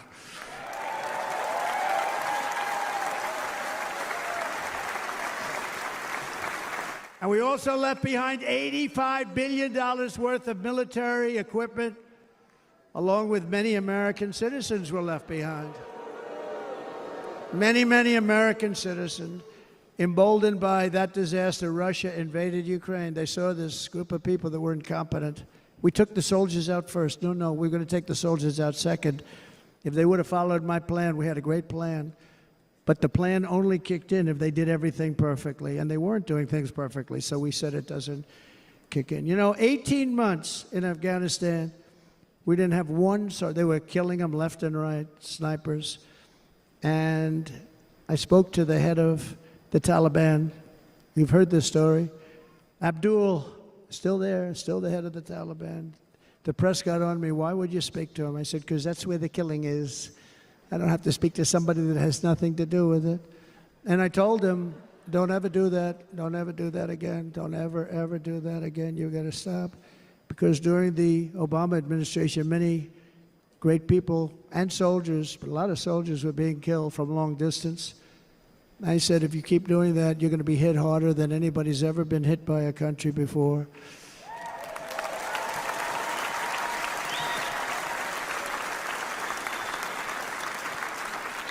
And he said, I understand, Your Excellency. He called me Your Excellency. I wonder if he calls the other guy Your Excellency. I doubt it. The other guy gave him everything. I mean, what kind of a deal was that? He walked out, gave him everything. Do you know that right now Afghanistan is one of the largest sellers of weapons in the world?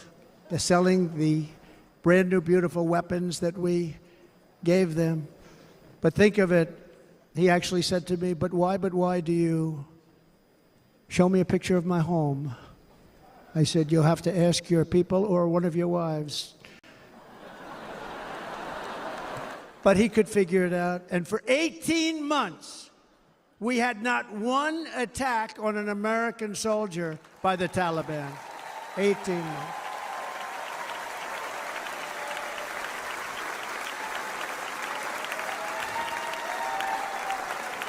And then we had that horrible day where soldiers were killed. I was not there because of a ridiculous election. But we had that horrible attack. And they also gave up Bagram, one of the biggest bases anywhere in the world, air bases anywhere in the world, the longest runways, most powerful, hardened, thickened runways. We gave it up. And I liked it not because of Afghanistan. I liked it because of China. It's 1 hour away from where China makes their nuclear weapons. And you know who has it now? China has it now. We were keeping that. And now China is likewise circling Taiwan, and Russian warships and nuclear submarines are operating 60 miles off the coast in Cuba. Do you know that? No, the press refuses to write about it. If that were me running this country and we had nuclear submarines in Cuba, I will tell you that headlines every day would be, what's wrong with our president? You don't even hear this. You're not hearing about this. Russia has nuclear submarines and warships 60 miles away, Mr. Congressman, from Miami, by the way, happens to be here. Correct? In Cuba. And that would not be stood for if it were somebody else. They don't want to mention it, but now maybe they will. And the entire world, I tell you this, we want our hostages back, and they better be back before I assume office, or you will be paying a very big price.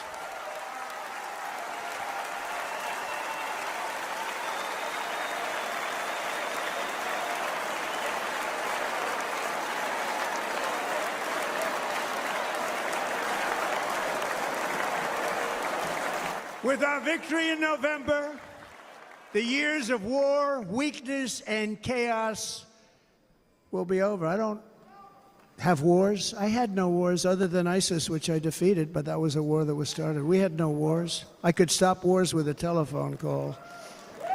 I could stop wars with just a telephone call. If properly stated, it would never start. We will replenish our military and build an Iron Dome missile defense system to ensure that no enemy can strike our homeland. And this great Iron Dome will be built entirely in the USA. We're going to build it in the USA. And Wisconsin, just like I gave you that massive ship contract, and you're doing a very nice job, Governor, right? Thank you, Governor. And they're doing a great job. In fact, I had a little design change, and we gave them a tremendous for essentially what we used to call destroyers. These are now the most beautiful. They look like yachts. I said, we have to take the bow, and we have to make it a little nicer and a little point at the top instead of a flat nose. And the people at the shipyard said, this guy sort of knows what he's doing. We have the most beautiful ships, right, Governor? And everybody sitting over there. And it was a big contract that everybody wanted. I gave it to Wisconsin, but we're going to have a lot of that built right here in the state of Wisconsin and all other states. Israel has an Iron Dome. They have a missile defense system. 342 missiles were shot into Israel, and only one got through a little bit. It was badly wounded. It fell to the ground, but most of them are. And Ronald Reagan wanted this many years ago, but we really didn't have the technology many years ago. Remember, they called it Starship, spaceship, anything to mock him. But he was a very good president, very, very good. But now we have unbelievable technology. And why should other countries have this and we don't? No, we're going to build an Iron Dome over our country, and we're going to be sure that nothing can come and harm our people. And again, from an economic development standpoint, we're going to make it all right here. No more sending it out to other countries in order to help. It's America first. America first. We will unleash the power of American innovation. And as we do, we will soon be on the verge of finding the cures to cancer, Alzheimer's disease, and many other diseases. We're going to get to the bottom of it. You remember this gentleman that I don't want to mention other than one time I had to, because when you say the 10 worst, I had to do it. I didn't want anybody to be confused. But this man said, we're going to find a cure to cancer. Nothing happened. We're going to get to the cure for cancer and Alzheimer's and so many other things. We're so close to doing something great. But we need a leader that will let it be done. We will not have men playing in women's sports. That will end immediately.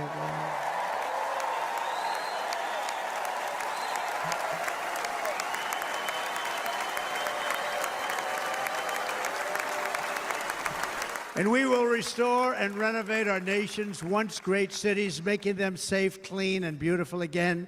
And that includes our nation's capital, which is a horrible killing field. So many things. They leave from Wisconsin, they go to look at the Washington Monument, they end up getting stabbed, killed, or shot. We will be very soon very proud of our capital, again, Washington, D.C.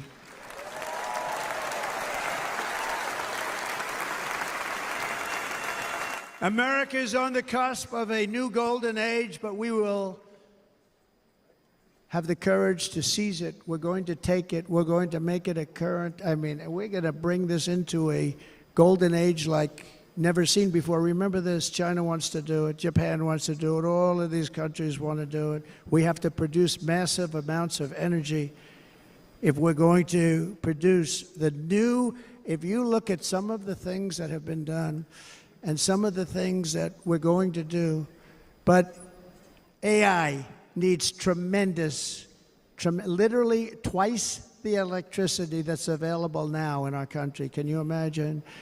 But instead, we're spending places where they recharge electric cars. They built 8 chargers at a certain location toward the Midwest. 8 chargers for $9 billion. Think of them as a tank for filling up your gas. Think of it. They spent $9 billion on 8 chargers, 3 of which didn't work. And if you were going to do this all over our country, this crazy electric mandate, if you're going to do this all, and by the way, I'm all for electric. They have their application. But if somebody wants to buy a gas-powered car, gasoline-powered car, or a hybrid, they're going to be able to do it. And we're going to make that change on day 1.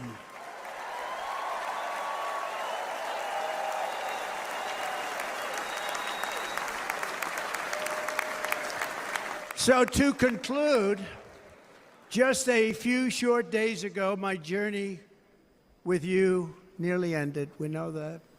And yet, here we are tonight, all gathered together, talking about the future, promise, and a total renewal of a thing we love very much. It's called America. We live in a world of miracles. None of us knows God's plan or where life's adventure will take us. I want to thank Franklin Graham for being here tonight. He's an outstanding man. He wrote me a note recently. I have a lot of respect for him. Sir, I love your storytelling. I think it's great in front of these big rallies. But, sir, please do me one favor. It won't make any difference. Please don't use any foul language. I was a little embarrassed. I said, he said, it won't make any difference. Actually, it does. The story's not quite as good, but I've been very good. The story is not quite as good, to be honest. I've got to have a little talk with Franklin, but he was great. He's a great gentleman. His father was so incredible, Billy Graham. My father used to love taking me to see Billy Graham. My father would take me to see Billy Graham at Yankee Stadium. He had the biggest rallies you've ever seen. He was a good rally guy, too. But he'd get up, and he was a fantastic guy. My father loved Billy Graham. But I love Franklin Graham. I think Franklin's been fantastic, and I'm working so hard to adhere to his note to me. I'm working hard on it, Franklin. But if the events of last Saturday make anything clear, it is that every single moment we have on earth is a gift from God.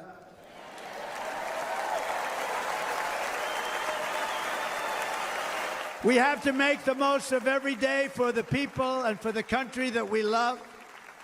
The attacker in Pennsylvania wanted to stop our movement, but the truth is the movement has never been about me. It has always been about you. It's your movement. It's the biggest movement in the history of our country by far. Can't be stopped. It can't be stopped. It has always been about the hardworking, patriotic citizens of America. For too long, our nation has settled for too little. We settled for too little. We've given everything to other nations, to other people. You have been told to lower your expectations and to accept less for your families. I am here tonight with the opposite message. Your expectations are not big enough. They're not big enough. It is time to start expecting and demanding the best leadership in the world, leadership that is bold, dynamic, relentless, and fearless. We can do that. We are Americans. Ambition is our heritage. Greatness is our birthright. But as long as our energies are spent fighting each other, our destiny will remain out of reach, and that's not acceptable. We must instead take that energy and use it to realize our country's true potential and write our own thrilling chapter of the American story. We can do it together. We will unite. We are going to come together, and success will bring us together.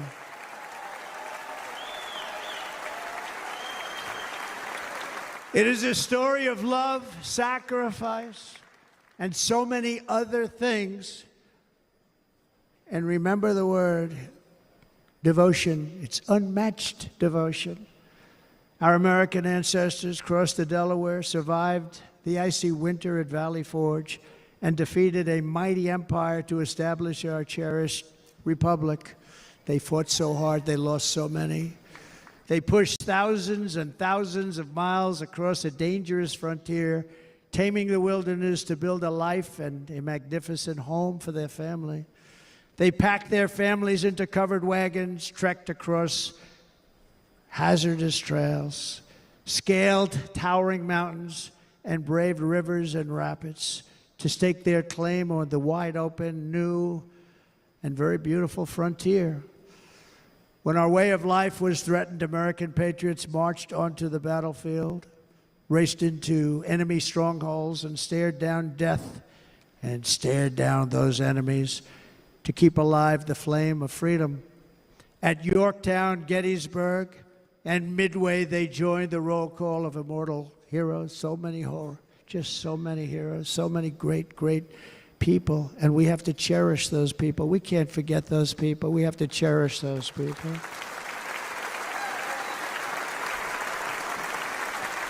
And building monuments to those great people is a good thing, not a bad thing. They saved our country. No challenge was too much. No hardship was too great. No enemy was too fierce. Together, these patriots soldiered on and endured, and they prevailed because they had faith in each other, faith in their country, and above all, they had faith in their God.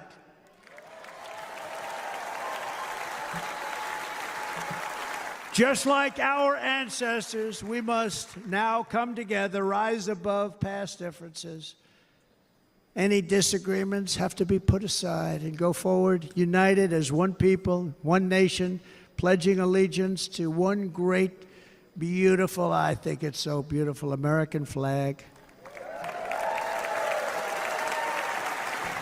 Tonight I ask for your partnership, for your support, and I am humbly asking for your vote. I want your vote. Going to make our country great again. Every day I will strive to honor the trust you have placed in me, and I will never, ever let you down. I promise that. I will never let you down. To all of the forgotten men and women who have been neglected, abandoned, and left behind, you will be forgotten no longer. We will press forward, and together we will win, win, win.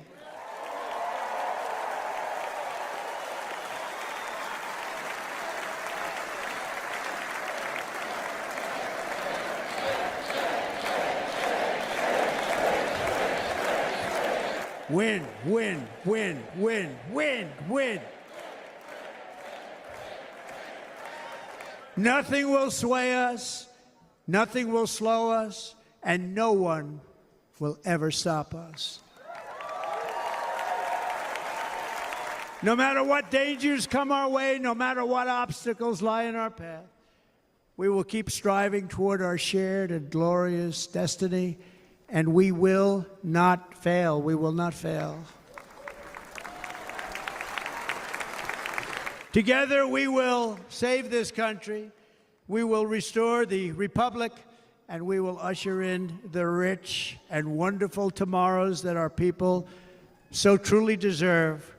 America's future will be bigger, better, bolder, brighter, happier, stronger, freer, greater, and more united than ever before.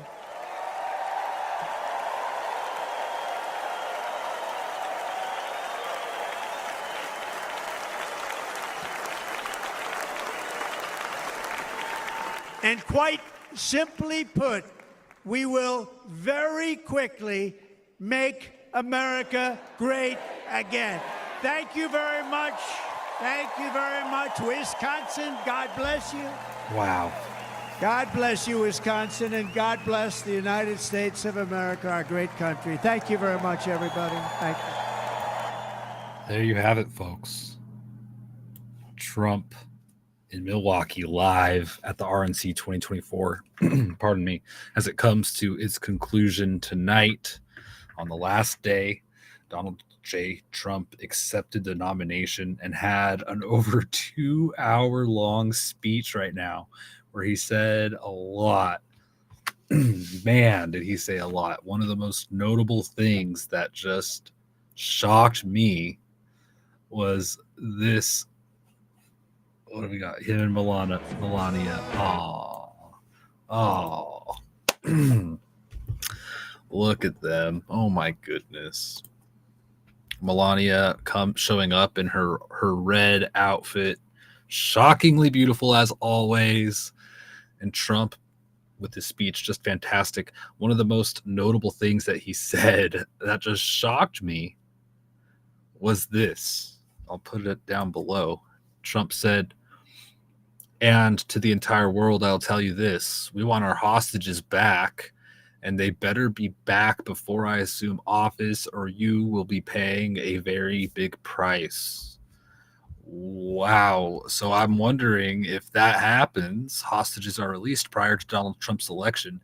Do you think Biden and everybody are going to try to take credit for that, or what? That is just, people are already on X attributing this, calling it his Ronald Reagan moment. Larry sending me a message about it, and others on X I see saying that was his Reagan moment. And there he is, Donald Trump with his family on stage as the RNC concludes. Thank you all for joining me tonight. We're going to keep going for a little bit longer. Please share, like, subscribe as we continue this for a little bit longer here. and keep talking about what we just witnessed as well as what unfolded throughout the day. What a historic day it is today. Wow. Thank you all for joining. We're going to keep this going here. Trump just finished his wonderful speech promising Americans to never let them down and asking that everybody come together despite their differences and humbly asking for everybody's vote in this coming election. Meanwhile, earlier today, we had rumors that Biden was going to step down, and his campaign came out and said, no, that's not happening. Don't believe the rumors. He's not stepping down. Where do these rumors come from? All the legacy media outlets and everybody was saying, our sources are telling us this, our sources are telling us that. And, they were literally saying that Barack Obama was advising Biden step down and all this. And these are all the rumors that we heard. And apparently that is, as of now, officially not the case. And everyone's happy because a lot of people want Joe Biden to stay in the race. Winning says he fired a shot tonight at global leaders. The sheriff is back. The sheriff's back in town. Thank you for tuning in, Winning, over there on X and everybody else. By the way, tonight at 10 p.m., I'm going to be hosting a space on X. We're going to discuss the RNC Trump speech. We're going to discuss the current news and hang out at 10 p.m. tonight after this live stream. So join me on X. You can follow me at ReadyF4Any, and we'll transfer over there in about an hour. But until then, I want to keep this ball rolling and talking about what we just witnessed. Just phenomenal. Just absolutely phenomenal. Trump is getting ready to walk off stage here. They drop balloons. Everybody's cheering. They're playing music as Trump wrapped up his speech. My goodness. Let's go. And man, I almost cried. Can we please go back and watch some of what just happened? I was holding back tears. I nearly cried on live stream at this moment. If you guys didn't see it, then I'm going to replay it again. If you did see it, still worth seeing again. Unbelievable. Shout out to Blake Habian for clipping this and posting it on X very quickly after it occurred. Doing good work over there. Blake, thank you. Anyway, let's watch. This is just phenomenal. Bear with me here. My God. This made me almost cry.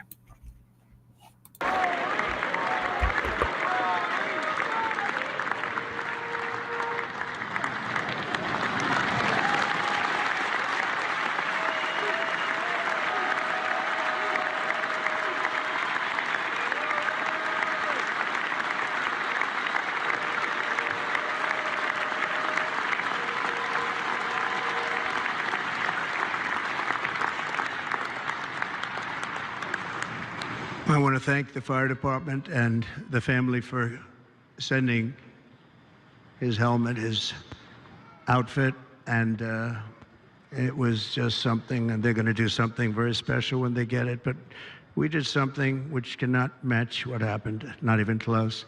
But I am very proud to say that over the past few days, we've raised $6.3 million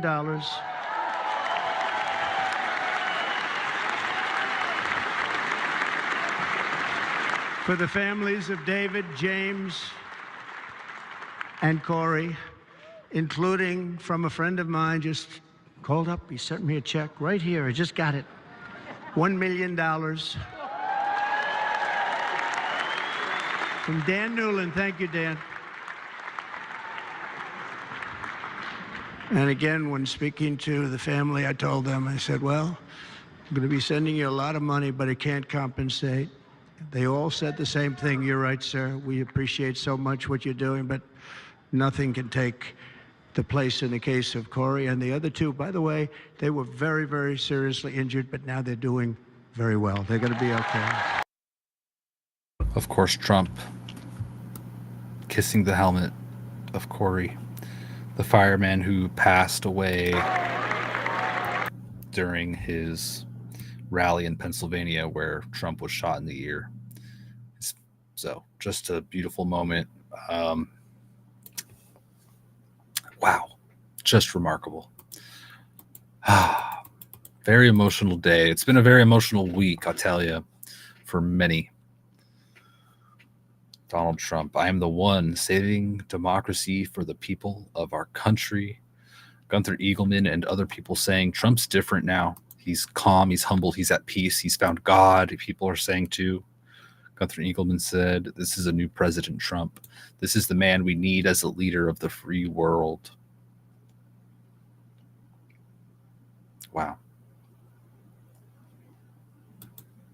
Trump said this in uniting, just words to unite our country, which is really needed considering the political climate. I mean, just look. He said, quote, in an age when our politics too often divide us, now is the time to remember that we are all fellow citizens. We are one nation under God, indivisible, with liberty and justice for all. Dang. This is the longest nomination acceptance speech in U.S. history. Oh my gosh, that's breaking news. That's absolutely hilarious. Breaking news. Donald Trump's speech, which ended at 92.